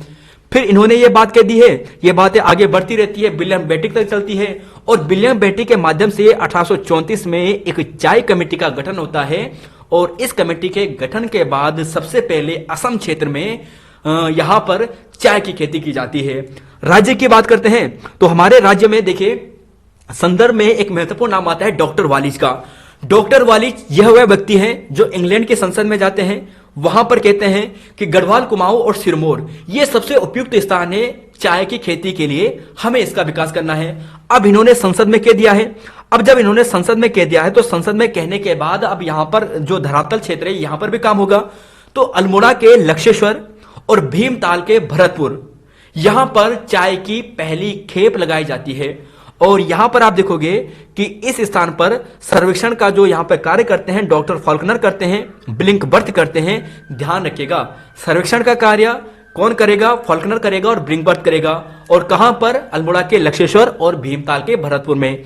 अब देखिए यहां पर चाय के पौधे लग गए हैं। अब जब चाय के पौधे लग गए ना तो इसका विकास करना है, प्रोडक्शन ज्यादा बढ़ाना है। तो इसके लिए यहां पर एक बहुत महत्वपूर्ण नाम आता है, फॉर्च्यूनर नाम। यह एक अंग्रेज अधिकारी है, इसे कहां भेजा जाता है, चीन भेजा जाता है, और कहते हैं कि भाई साहब तू कहां जा, चीन जा, और चीन से चाय की खेती की जानकारी ला कि इसका जो अच्छा से अच्छा जो प्रोडक्शन है वो कैसे हम करते हैं। तो 1838 में ये होता है। अब 1838 में फॉर्च्यून को भेज दिया है, कुछ समय बाद ये वापस आता है, जानकारी लेता है। अब जब इसने जानकारी ले दी तो हडल्सन साहब को बताया, और हडल्सन साहब यहां पर 1843 में पौड़ी व गडोलिया में चाय की बागान लगाता है। 1843 में यह प्रश्न कम से कम 3 या 4 बार रिपीट हो चुका है। फिर इन्होंने हडल्सन ने लगा दिया 1843 में। इसके बाद यहां पर एक नाम और आता है 1850 में, असाई वोंग। यह प्रश्न वीडियो के एग्जाम में पूछा गया है। असाई वोंग चीनी विशेषज्ञ होता है जो गढ़वाल क्षेत्र में 1850 में आता है, गढ़वाल कुमाऊं क्षेत्र में, और चीन का विशेषज्ञ होता है और चाय की खेती को क्या करता है, बढ़ावा देने का कार्य करता है। तो यहां पर यह आता है। और फिर एक नाम आता है यहां पर डॉक्टर D.H. चॉफिन। यह क्या करता है, 1907 के आसपास चीनी काश्तकार है। यह क्या करता है, गडोली के आसपास ही सरकारी चाय फैक्ट्री की स्थापना करता है। तो बस दोस्तों चाय से संदर्भ में कुछ महत्वपूर्ण बातें यह हैं, इसे याद कीजिएगा। अब चलते हैं अगले क्वेश्चन पे, और यहां पर है देखिए कि 68 में पूछा गया है कि निम्नलिखित में से कौन सा स्रोत गढ़वाल क्षेत्र के विषय में सूचना देता है। तो गढ़वाल क्षेत्र के विषय में सूचना कौन देता है, तो जी हां दोस्तों, यह जो देता है स्कंद, महापुराण, वन पुराण, वायु पुराण, तो सभी देते हैं। ऑप्शन नंबर डी होगा। वंदे मातरम का कुमाऊं में अनुवाद किसने करवाया था, जे माई जन्मभूमि धन्य धन्य तुम। तो इसका आंसर आपको मिलेगा ऑप्शन नंबर, जी हां दोस्तों, ऑप्शन नंबर बी है, हरिराम त्रिपाठी। यहां पर सही है। अगले साल के लिए, अगली बार के लिए एग्जाम में आपको तिथि याद रखनी है 1906। अगले क्वेश्चन में चलेंगे, क्वेश्चन नंबर 70 है, और इसका आंसर दीजिए। और जो भी स्टूडेंट्स ऑप्शन नंबर यहां पर क्या दे रहा है, जो भी स्टूडेंट ऑप्शन नंबर यहां पे सी दे रहा है 10 किलोमीटर, वह सही तो है, लेकिन वो सभी क्या मार रहे हैं, तुक्का मार रहे हैं, क्योंकि इतनी जल्दी यहां पर ये सोल्व होने वाला नहीं है। देखिए सोल्व करते हैं कि एक व्यक्ति 4 किलोमीटर उत्तर की ओर चलता है, यहां पर कोई व्यक्ति है 4 किलोमीटर उत्तर दिशा की ओर चलता है, और फिर यहां पे बोल रहा है कि 6 किलोमीटर ठीक पूर्व की ओर चलता है, इसके बाद 6 किलोमीटर पूर्व की ओर चलता है, फिर यहां पर बोला है कि 4 किलोमीटर फिर उत्तर में चलता है, उत्तर का मतलब सीधा ऊपर की ओर, 4 किलोमीटर यहां पर चल गया है। अब यहां से ऐसा बोला है कि वह अपने प्रस्थान स्थल से कितनी दूरी पर है, और कुछ स्टूडेंट क्या करेंगे कि प्लस प्लस प्लस, यानी 6 4 10 4 14, ऑप्शन नंबर ए पे चले जाएंगे, जो गलत होगा। तो तो देखिए दोस्तों, हमेशा कभी भी ऐसा प्रश्न बने ना तो शॉर्टेस्ट दूरी मापनी चाहिए। तो शॉर्टेस्ट दूरी कहां पे होगी? ये वाली दूरी होगी, ये वाली, यानी यहां पर बीच वाली। तो ये दूरी कितनी है ये आपको पता करना है। और इसे कैसे पता करोगे? ट्रिग्नोमेट्री का फॉर्मूला से आप पता करोगे। तो देखिए दोस्तों, आपको सबसे पहले यहां से इसे थोड़ा नीचे लाना है, इसको यहां पर ऐसा कर देना है। अब यहां पर आपके सामने एक त्रिकोण बन गया है, एक त्रिभुज बन गया है, बन गया है ऐसा त्रिभुज, यानी एक ट्रिग्नोमेट्री बन गई है। अब लंबाई देखिए, यहां पर देखिए, यहां से यहां तक कितनी दूरी है? 6 किलोमीटर है। तो 6 किलोमीटर ये मिल गया है। और यहां से लेकर, यानी यहां से लेकर यहां तक कितनी दूरी है? 4 किलोमीटर ये हो गया, 4 किलोमीटर ये हो गया। तो यानी यहां तक हो गया 8 किलोमीटर। अब यहां पर आपको पता करना है सिंपल सा ये दूरी। और ये दूरी कैसे पता करते हैं? बहुत सरल है दोस्तों, बस आपको क्या करना है कि यहां पर क्या करना है, इसे मान लेते हैं x मान लेते हैं। तो इसे निकालने के लिए दोस्तों आपको सिंपल यह करना है, x बराबर इन दोनों को स्क्वायर करके जोड़ना है। 6 का स्क्वायर प्लस 8 का स्क्वायर। सिंपल है, जिनका मैथ बैकग्राउंड नहीं है उनके लिए केवल यह करना है, इन दोनों को जोड़ना है, आपका आंसर निकल जाएगा। तो 6 का स्क्वायर यानी कितना आ गया? 36 आ गया। 8 का स्क्वायर की बात करें तो यानी 64 आ गया। और ये अभी क्या है? रूट में है। 36 64 कितना होता है? 100 होता है। और 100 रूट का मतलब कितना होता है? यानी 10 होता है। तो ये इसका आंसर है 10 किलोमीटर। तो यहां पर ऑप्शन नंबर सी राइट है। Question number 71, 72, 73। कुफनी किसकी सहायक है? देखिए दोस्तों, पता नहीं कुफनी कितनी बार आ चुका है। हमने परसों भी डिस्कस कराया है, कल भी डिस्कस करवाया है, मतलब परसों वाली क्लास में, और इससे पहले वाले भी 3-4 एग्जाम में करा चुके हैं। तो कुफनी नदी से इतना प्यार क्यों है आयोग को? कुफनी नदी, तो बताइए शारदा, पिंडर, सरयू या फिर उपयुक्त में से कोई नहीं? तो जी हाँ, ये मिलेगा ऑप्शन नंबर बी, यानी पिंडर नदी मिलेगा। और पिंडर नदी में दोस्तों हमने आपको मैप वाली क्लास कराई है, नदी तंत्र वाली, आपको ध्यान होगा अगर आपने देखी होगी। और यहां पर यह है कफनी या कुफनी नदी, जो यहां पर देखिए पिंडर की सहायक नदी है। और पिंडर में आपको कुछ प्रमुख डैम मिलेंगे, पडुली, मैलखेत, बगोली, बंगरी, देवसारी। आटागार नदी आपको पूछा गया था, ये दूधा तेली श्रेणी से निकलती है और पिंडारी की सहायक नदी है। और यहीं पर बात करें जो यहाँ पे नंदाकिनी नदी है, इसमें 2 परियोजना है, राजवक्ती, वनाला। और कल्पगंगा की बात करें तो उर्गम घाटी से आती है। और कल्पगंगा नदी की बात करते हैं, ऊर्ध्व घाटी से होकर बहती है और 3 किलोवाट की एक क्षमता है यहाँ पर उर्गम घाटी परियोजना। क्वेश्चन नंबर 72, रेगर मृदा का उपज होता है, रेगुर होता है वैसे। और रेगुर की बात करें तो ये कपास के लिए होता है, इसे काली मिट्टी के नाम से भी जानते हैं। क्वेश्चन नंबर 73 है और पूछा गया है कि निम्न में से कौन सी उत्तराखंड की राज्य विधानसभा सीट अनुसूचित जनजाति के लिए है, यानी एसटी के लिए यहां पर पूछा गया है। तो देखिए एसटी की बात करें तो यहां पर है ऑप्शन नंबर सी है, यानी नानकमत्ता है। और इसके अलावा एक है चक्राता। क्या है? चक्राता। तो राज्य में 2 सीटें हैं, एक चक्राता है, एक नानकमत्ता है। चक्राता उधम सिंह नगर में, चक्राता देहरादून में। देखिए नानकमत्ता की बात करें तो यह है उधम सिंह नगर में, और चक्राता की बात करें तो यह है देहरादून में। शायद कोई कंफ्यूज हुआ होगा, क्लियर कर दीजिएगा। चक्राता देहरादून में, नानकमत्ता उधम सिंह नगर में। अनुसूचित जाति के लिए 2 सीटें रिजर्व हैं, सॉरी अनुसूचित जनजाति के लिए 2 सीटें रिजर्व हैं, और राज्य में केवल 2 ही सीटें रिजर्व हैं। क्वेश्चन नंबर 74, 75, 76, 74 पूछा गया है यहां पर कि बेसबॉल की एक टीम में कितने खिलाड़ी होते हैं? बेसबॉल में, तो बेसबॉल में कितने होते हैं बताइएगा जरा।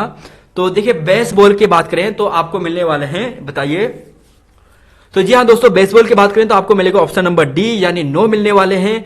और कुछ यहां पर लिख लेते हैं, जैसे वॉलीबॉल आपको पूछा जाए तो वॉलीबॉल में एक टीम में 6 होते हैं।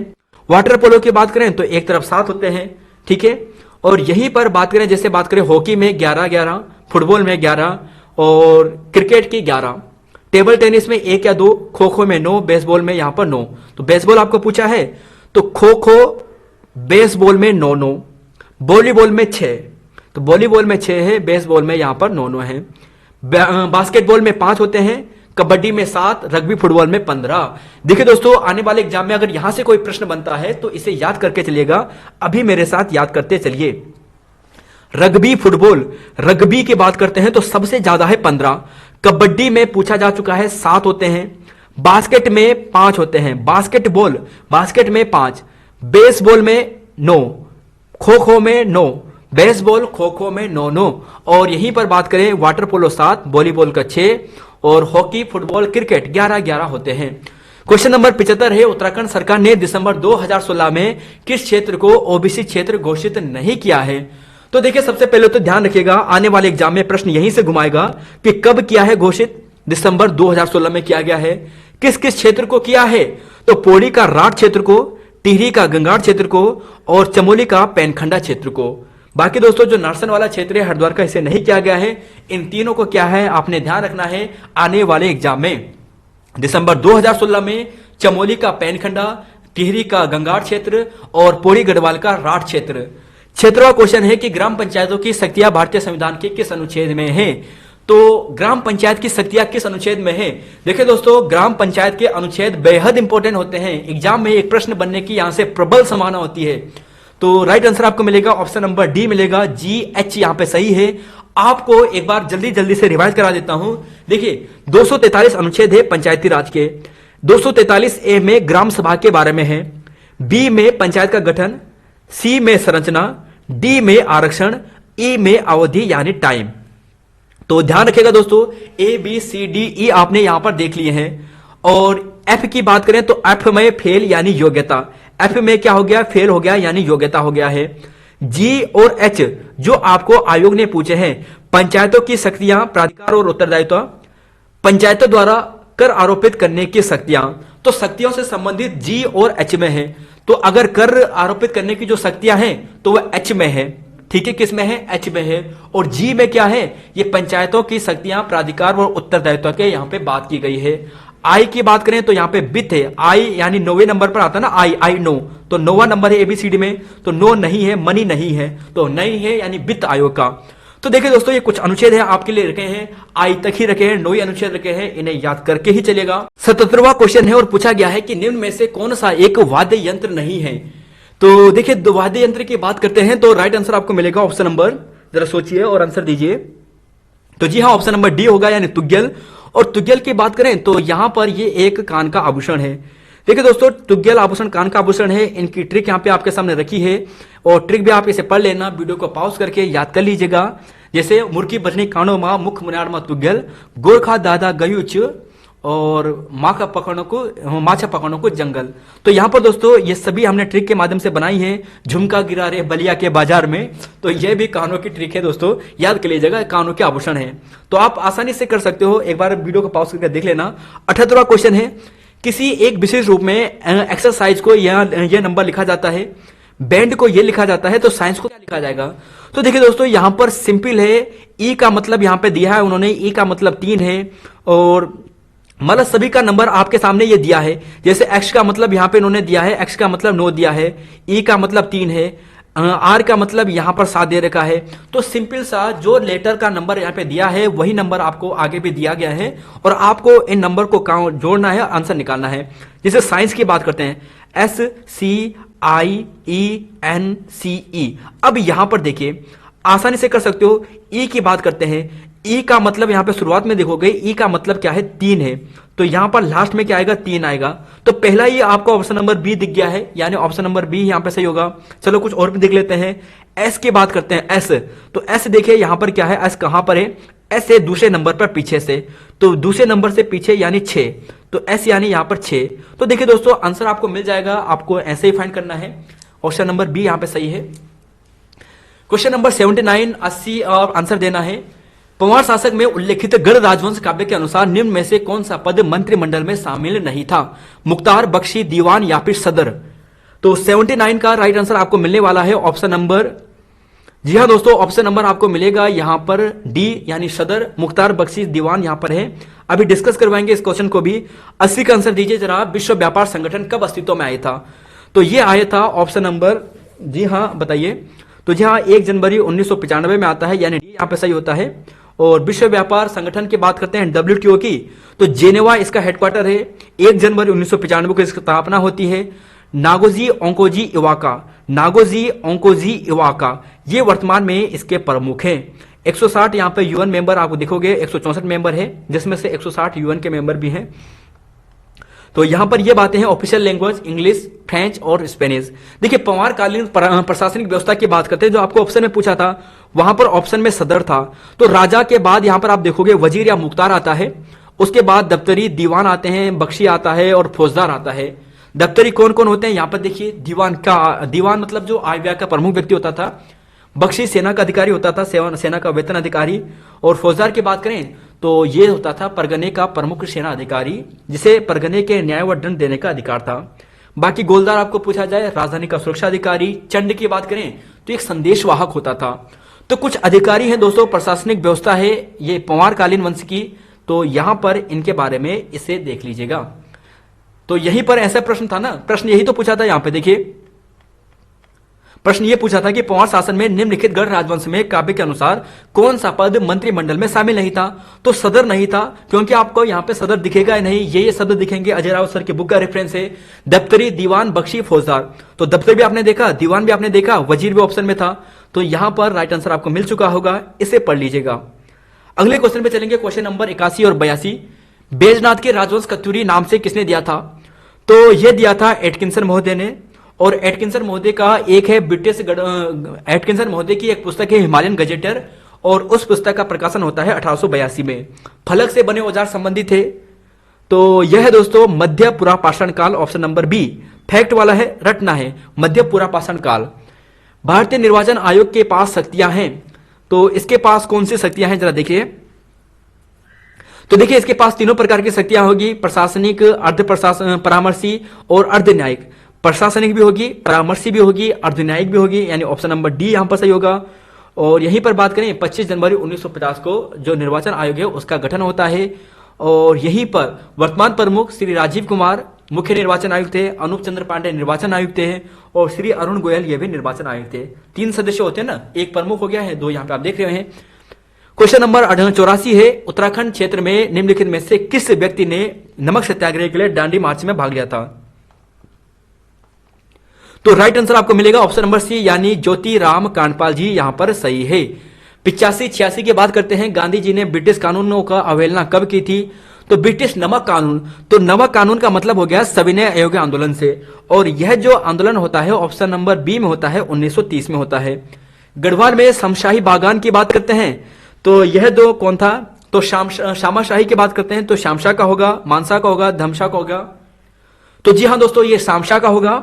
और यहीं पर आप देखोगे जहांगीरनामा के अनुसार श्यामशाह का वर्णन मिलता है, इसलिए जहांगीर श्यामशाह के प्रसन्न होकर उसके एक घोड़ा और एक हाथी उपहार में दिया था। तो जहांगीर से इसकी मुलाकात हुई थी और एक घोड़ा एक हाथी उपहार में दिया था। फिर यहां पर आप देखोगे कि श्यामशाह की जहांगीर से मुलाकात आगरा में अप्रैल 1621 में होती है।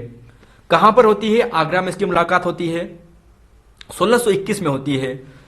और यहीं पर अगला है, जैसे श्यामशाह निसंतान राजा था, इसके 60 रानियां थी। जब ये शहीद हुआ था तो इसकी 60 रानियां क्या भी हुई थी, सती हुई थी। मालती रोहन की माता है, समीर अजीत का पिता है, अजीत मोहन और दीपू का भाई है। तो निम्न में से कौन सा कथन सही नहीं है, आंसर दीजिए जरा। देखिए मालती रोहन की माता है, तो रोहन ये हो गया है, रोहन की माता कौन है, मालती है। तो यहां पर बोला है कि रोहन क्या है, माता है। अब यहां पर समीर अजीत का पिता है, समीर अजीत का पिता है, तो ये समीर ये हो गया है और ये अजीत का पिता है, अजीत का पिता है। तो यानी यहां पर ये हो गया, ये प्लस हो गया, पिता हो गया, ये माता होगी। अब यहां पर बोला है कि अजीत, रोहन और दीपू भाई है। भाई साहब ये जब भाई हैं तो यानी ये क्या हो गए, ये सभी भाई हो गए। अब यहां पर आंसर देखना है, तो यानी ये दोनों पति पत्नी हो गए। मालती दीपू का पिता है, मालती दीपू की माता है, तो दीपू यहां पर है तो बिल्कुल इसकी माता होगी क्योंकि ये इन्हीं के बच्चे हैं। तो देखिए दोस्तों ऑप्शन नंबर डी आपको मिलेगा, क्योंकि आपने फैक्ट देख लिए हैं। यहां पे मालती समीर माता पिता हैं इनके, और ये सभी इनके बच्चे हैं। क्वेश्चन नंबर 88 की बात करते हैं, और पूछा गया है यहां पर 88 में पूछा गया है कि 1850 ईस्वी में लंदन मिशनरी सोसाइटी की स्थापना अल्मोड़ा में किसने की थी। पादरी रेवरेंड इबर्टसन, मोरलैंड, R.E. वुडथ्रॉप। 88 का राइट आंसर। तो देखिए राइट आंसर आपको मिलने वाला है ऑप्शन नंबर, यहां पर मिलेगा ऑप्शन नंबर, जी हां दोस्तों, पादरी रेवरेंड यहां पे सही है, 1850 में की थी। अगले साल के लिए, अगले एग्जाम में, आने वाले एग्जाम में 1850 तिथि याद करके चलिएगा। श्रमिकों का रोजगार मुख्य क्षेत्र में सर्वाधिक है। तो देखिए मुख्य क्षेत्र क्या है रोजगार का, श्रमिकों का। तो देखिए दोस्तों आयोग की आंसर की के अनुसार ऑप्शन नंबर यहां पर बी है, और प्राथमिक क्षेत्र यहां पे बताया गया है। 90 की बात करते हैं, बुद्ध की प्रतिमा पीठ पर तिब्बती भाषा का लेख किस स्थल की प्रतिमा पर मिला है। तो देखिए दोस्तों ये मिला है ऑप्शन नंबर ए, यानी बाड़ाहाट में मिला है। ऑप्शन नंबर ए में मिला है, बाड़ाहाट में मिला है। ठीक है, ध्यान रखिएगा, बाड़ाहाट में मिला है, उत्तरकाशी से मिला है। क्वेश्चन नंबर 91-92, प्रयाग प्रशस्ति की भाषा लिखी गई है। तो प्रयाग प्रशस्ति किस भाषा में लिखी गई है? तो यह लिखी गई है ऑप्शन नंबर डी, संस्कृत भाषा में लिखी गई है। क्वेश्चन नंबर 92 है, अंतर्राष्ट्रीय पुनर्निर्माण एवं विकास बैंक IBRD किस एक का अन्य नाम से जाना जाता है? तो जो IBRD ये जो नाम है ना, ये क्या नाम है? ये है वर्ल्ड बैंक का नाम। तो देखिए दोस्तों, ऑप्शन सी यहां पे सही होगा, विश्व बैंक का। विश्व बैंक की बात करें तो डेविड मालपास वहां पे अभी वर्तमान में प्रमुख है। वाशिंगटन में आपको इसका हेडक्वार्टर मिलेगा, वाशिंगटन DC में, और जुलाई 1944 को इसकी स्थापना की जाती है। अगले क्वेश्चन पे चलेंगे, क्वेश्चन नंबर यहां पे 93-94। उत्तरांचल सरकार ने रोजगार शिक्षित युवाओं के लिए उद्यमिता विकास के लिए बीर चंद सिंह गढ़वाली योजना शुरू की थी। तो बीर चंद सिंह गढ़वाली योजना बार बार पूछी जा रही है और इसका आंसर आप जानते हैं, ऑप्शन नंबर बी होगा, यानी 2002 होगा। अब यहां पर देखिए, 1 जून 2002 को बीर चंद सिंह गढ़वाली, अटल खाद्यान्न योजना 11 फरवरी 2011 को, मुख्यमंत्री रूप योजना 22 जनवरी 2020 को, और मुख्यमंत्री स्वरोजगार योजना की बात करें तो 28 मई 2020 को। अंचल अमृत योजना पूछा जा चुका है 7 मार्च 2019 को। 94 क्वेश्चन है, अगला क्वेश्चन है, पूछा गया है कि त्रिभुजों की संख्या आपको बतानी है। तो देखिए दोस्तों, इसका आंसर आपको मिलेगा ऑप्शन नंबर यहां पर ए मिलेगा, यानी 21 मिलेगा। और जिन्हें आपको पता करना है कि कैसे मिलेगा, तो यहां पर देखिए बताता हूं कि इसका आंसर आपको मिलेगा 21। कैसे मिलेगा? तो सबसे पहले तो बेसिक बातें यहां देखिए, जो नए स्टूडेंट्स हैं, कि जब हम किसी त्रिभुज को पता करते हैं और उसमें अगर हमने बीच से किसी पॉइंट को काट दिया है, ऐसे काट दिया है, तो उस स्थिति में यहां पर 3 त्रिभुज बनते हैं। 1 2 तो ये हो गया 1 त्रिभुज, 2 त्रिभुज। अब तीसरा त्रिभुज ये पूरा कंप्लीट, तो 3 त्रिभुज ये होता है। पहली कंडीशन आपने देख ली है।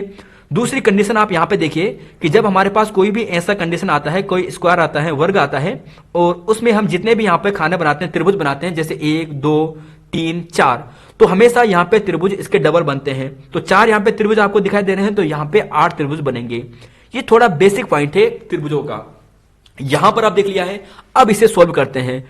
तो देखिए दोस्तों, सबसे पहले तो आप इस पॉइंट को जाइए कि जो अगर आप ये वाला जो है ना, अभी इसे हटाकर मान के चलिए कि ये हमारे पास अभी नहीं है, तो सिंपल आप यहां पे देख रहे होंगे कि ये वाला है 1 2 3 4, तो यानी 4 है, तो 4 दूना 8, यानी सबसे पहले तो हमें 8 त्रिभुज हमें यहां पर ये मिल गए हैं हमें 8 त्रिभुज। अब चलते हैं दूसरे पॉइंट पे। अब देखिए यहां पर मैं आपके लिए पहले रब कर लेता हूं यहां पे। अब इसे देखिए, ये एक त्रिभुज ये हो गया है और एक ये। तो देखिए इस त्रिभुज में आपको एक त्रिभुज ये दिखाई दे रहा है जिसमें से 20 में से काट रखा है, इसका मतलब 3 त्रिभुज यहां पर बन गए। ठीक है, अब ये पॉइंट तो आपने देख लिया ना। अब जरा यहां पर भी देखिए, थोड़ा और देखिए यहां पर, इसे मैं हटा देता हूं जिससे कि आप समझ पाए, क्लियर कर पाए। अब ये वाला त्रिभुज देखिए, ये और ये वाला, तो यहां पर भी 3 त्रिभुज है, तो यानी यहां पर भी 3 त्रिभुज है, तो 3 त्रिभुज हमारा यहां पर ये भी हो चुका है। तो 8 3 3 आपने यहां पर ये देख लिए हैं। तो देखिए दोस्तों, आपने ये त्रिभुज देखे हैं। अब जरा यहां पर देखिए कि और कौन कौन से त्रिभुज यहां पर बच गए हैं बीच में।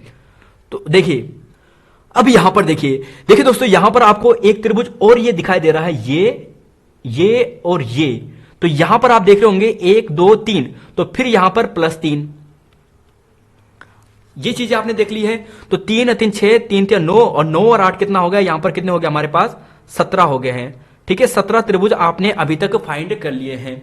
तो 17 तो आपने फाइंड कर लिए हैं। अब जरा और पता करने की कोशिश करते हैं कि कौन कौन से यहां पर त्रिभुज हैं। तो त्रिभुज अब ध्यान से देखते जाइए, आपको मिलते जाएंगे। एक त्रिभुज आपको यह दिखाई दे रहा होगा, यानी यहां से लेकर ये। दूसरा त्रिभुज आपको यह दिखाई दे रहा होगा, यहां से लेकर ये। 17 + 2 यानी 19 आपने अभी तक पता कर लिए हैं। ठीक है, पता कर लिए हैं 19।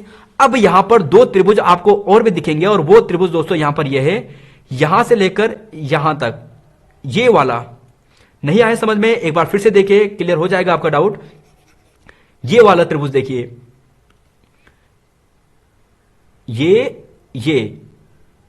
ये भी तो एक त्रिभुज है ना। तो एक त्रिभुज इधर के बना और एक त्रिभुज सेम यहां पर इधर की ओर बनेगा, तो 2 त्रिभुज ये भी हो गए हैं। तो 19 + 2 यहां पर हो गया है 21 त्रिभुज। तो देखिए टोटल यहां पर हो गया है 21 त्रिभुज। आपको ऐसे फाइंड करना है। क्वेश्चन नंबर 93 और 95 और 96, राष्ट्रीय प्रशासनिक अकादमी मसूरी की स्थापना होती है। तो 1 सितंबर, 2 सितंबर, बताइए कौन सा होगा ऑप्शन में A B C D। तो जी हाँ, इसकी होती है 59 में, 1 सितंबर को होती है। और यहीं पर देखोगे लाल बहादुर शास्त्री जी के नाम पर 1972 में इसका किया गया था। कौन सा पर्वतारोही नहीं है? हीरा सिंह आर्य, कन्हैया लाल पोखरिया, त्रिलोक सिंह बसेड़ा, हर्षवर्धन बहुगुणा। तो राइट आंसर आपको मिलेगा ऑप्शन नंबर यहां पर मिलेगा, यहां पर मिलेगा सी, यानी त्रिलोक सिंह बसेड़ा। और यहीं पर आप देखोगे त्रिलोक सिंह बसेड़ा जी की बात करें तो एक फुटबॉलर खिलाड़ी है, उपनाम इन्हें आयरन बॉल ऑफ इंडिया के नाम से जानते हैं। 2014 में इन्हें राज्य का खेल रत्न पुरस्कार से सम्मानित किया गया था, है ना। अगले यहां पर देखोगे, यहां पर पूछा गया है कि माउंट एवरेस्ट फतेह, देखिए माउंट एवरेस्ट फतेह की बात करते हैं पर्वतारोही में, हरीश चंद्र सिंह रावत द्वारा 1965 में, बचेंद्री पाल को 23 मई 1984 में किया था इन्होंने फतेह, चंद्र प्रभा इतवाल 1990 में, सुमन कुटियाल 1993 में और सविता मार्तोलिया ने 1993 में। तो यहां पर दोस्तों कुछ महत्वपूर्ण पर्वतारोही है, उन्होंने कब माउंट एवरेस्ट फतेह किया था, उनके ईयर है। अगले क्वेश्चन पे चलेंगे, क्वेश्चन नंबर यहां पे 97 है। कौन सा क्षेत्र जैव विविधता समृद्ध क्षेत्र है? उष्ण कटिबंधीय क्षेत्र, शीतोष्ण कटिबंधीय क्षेत्र, ध्रुवीय क्षेत्र, महासागरीय क्षेत्र। तो राइट आंसर आपको मिलने वाला है ऑप्शन नंबर यहां पर, जी हाँ दोस्तों, ऑप्शन नंबर आपको मिलेगा यहां पर उष्ण कटिबंधीय क्षेत्र। ये जैव विविधता से समृद्ध क्षेत्र है, यानी यहां पर सर्वाधिक वर्षा होती है तो सर्वाधिक गर्मी भी यहीं पे होती है, तो सर्वाधिक विकास भी यहीं पर होता है, जो पेड़ पौधे के लिए है, जैव विविधता के लिए है। किसी नेटवर्क के माध्यम से व्यक्तियों को संदेश भेजने का माध्यम को कहते हैं? किसी नेटवर्क के माध्यम से व्यक्तियों को संदेश भेजने के माध्यम को कहते हैं, तो इसे क्या कहते हैं नेटवर्क के माध्यम से? तो जी हाँ, इसे ईमेल कहेंगे। ईमेल के माध्यम से भेजा जाता है, इलेक्ट्रॉनिक मेल। और ईमेल का आविष्कार 1971 में रे टॉमलिंसन ने किया था। ईमेल को इलेक्ट्रॉनिक मेल कहते हैं। सीसी इसकी शब्दावली है, सीसी और बीसीसी। सीसी का मतलब कार्बन कॉपी, बीसीसी का मतलब ब्लाइंड कार्बन कॉपी। 99 की बात करते हैं कि 2011 की जनगणना के अनुसार किस जिले की वृद्धि दर 10 के वृद्धि दर सर्वाधिक रही थी? तो आंसर आपको मिलेगा ऑप्शन नंबर देहरादून, नैनीताल, हरिद्वार या फिर उत्तरकाशी, उधम सिंह नगर। तो डी ही मिलेगा, उधम सिंह नगर आपको मिलेगा। यहां पे आप देख सकते हैं, अगर ऐसा पूछा जाता है कि राज्य की 10 की वृद्धि दर कितनी है, तो 18.81% है। सबसे ज्यादा उधम सिंह नगर 33.4%, फिर देहरादून 32.33% और फिर तीसरे नंबर पर है हरिद्वार 30.6%। पौड़ी सबसे कम है, माइनस में है, फिर अल्मोड़ा का है और फिर यहां पे टिहरी गढ़वाल का है तीसरे नंबर पर। सयाना और खुमरी व्यवस्था किस जनजाति में है? तो ये आपको मिलेगा ऑप्शन नंबर यहां पर डी, यानी जौनसारी में मिलने वाला है। तो देखिए दोस्तों, यहां पर ये बातें हैं। और एक चीज बता देता हूं, इस क्लास की पीडीएफ आप रात 9 बजे से लेकर 11 बजे तक के बीच में इसी वीडियो के डिस्क्रिप्शन से आप डाउनलोड कर सकते हैं। जो अभी यहाँ पे ये वीडियो देख रहे हैं, केवल एक दिन ही यहाँ पर रहेगा इसकी पीडीएफ का लिंक, इसके बाद हट जाएगा। और इसका टाइम मैं आपको बता देता हूं, 9 PM से लेकर रात के 11 PM तक ही यहाँ पर इसका लिंक एक्टिव रहने वाला है। तो इस बीच में अगर आपको इस क्लास की पीडीएफ डाउनलोड करनी है तो कर लीजिएगा। जैसे कि हमने आपको बताया कि हमने आपको 11 पेपर कंप्लीट कर दिए हैं। 11 पेपर की अगर आपको क्लास पीडीएफ चाहिए तो आप 49 रुपए पे कर सकते हैं। इसमें आपको केवल यही नहीं मिलेगा, और भी बहुत कुछ हम देने वाले हैं। वैसे तो 75 हमारा कोर्स है, वो जनवरी 2023 तक का है, लेकिन अगर किसी को ये एक साथ चाहिए, इसमें से आपको मिलेगा 600 का सेट उत्तराखंड का मिल जाएगा, उत्तराखंड जीके का एक साथ मिलेगा। इसके अलावा आपको ये 11 पेपर की जो पीडीएफ है एक साथ मिल जाएगी। और इसके अलावा डॉक्टर अजय रावत सर की जो बुक है क्लास वाली, इसकी पीडीएफ भी, जो क्लास पीडीएफ है, हम आपको प्रोवाइड करवा देंगे। जो क्वेश्चन सेट है 600 का, वो आपको क्वेश्चन फॉर्मेट और आंसर पीडीएफ दोनों में मिलेंगे, और बाकी क्लास पीडीएफ आपको ऐसे मिलती रहेगी। तो धन्यवाद। अगर आप लेना चाहते हैं तो कोड वही है दोस्तों, 7579417916। यह नंबर है, इस पर आप ये रुपए पे कर सकते हैं और इसके बाद स्क्रीनशॉट हमें भेजकर हमसे ये क्लासेस की जो पीडीएफ है एक साथ ले सकते हैं। तो धन्यवाद, मिलते हैं आपको नई वीडियो में। जय हिंद, जय उत्तराखंड, जय देवभूमि।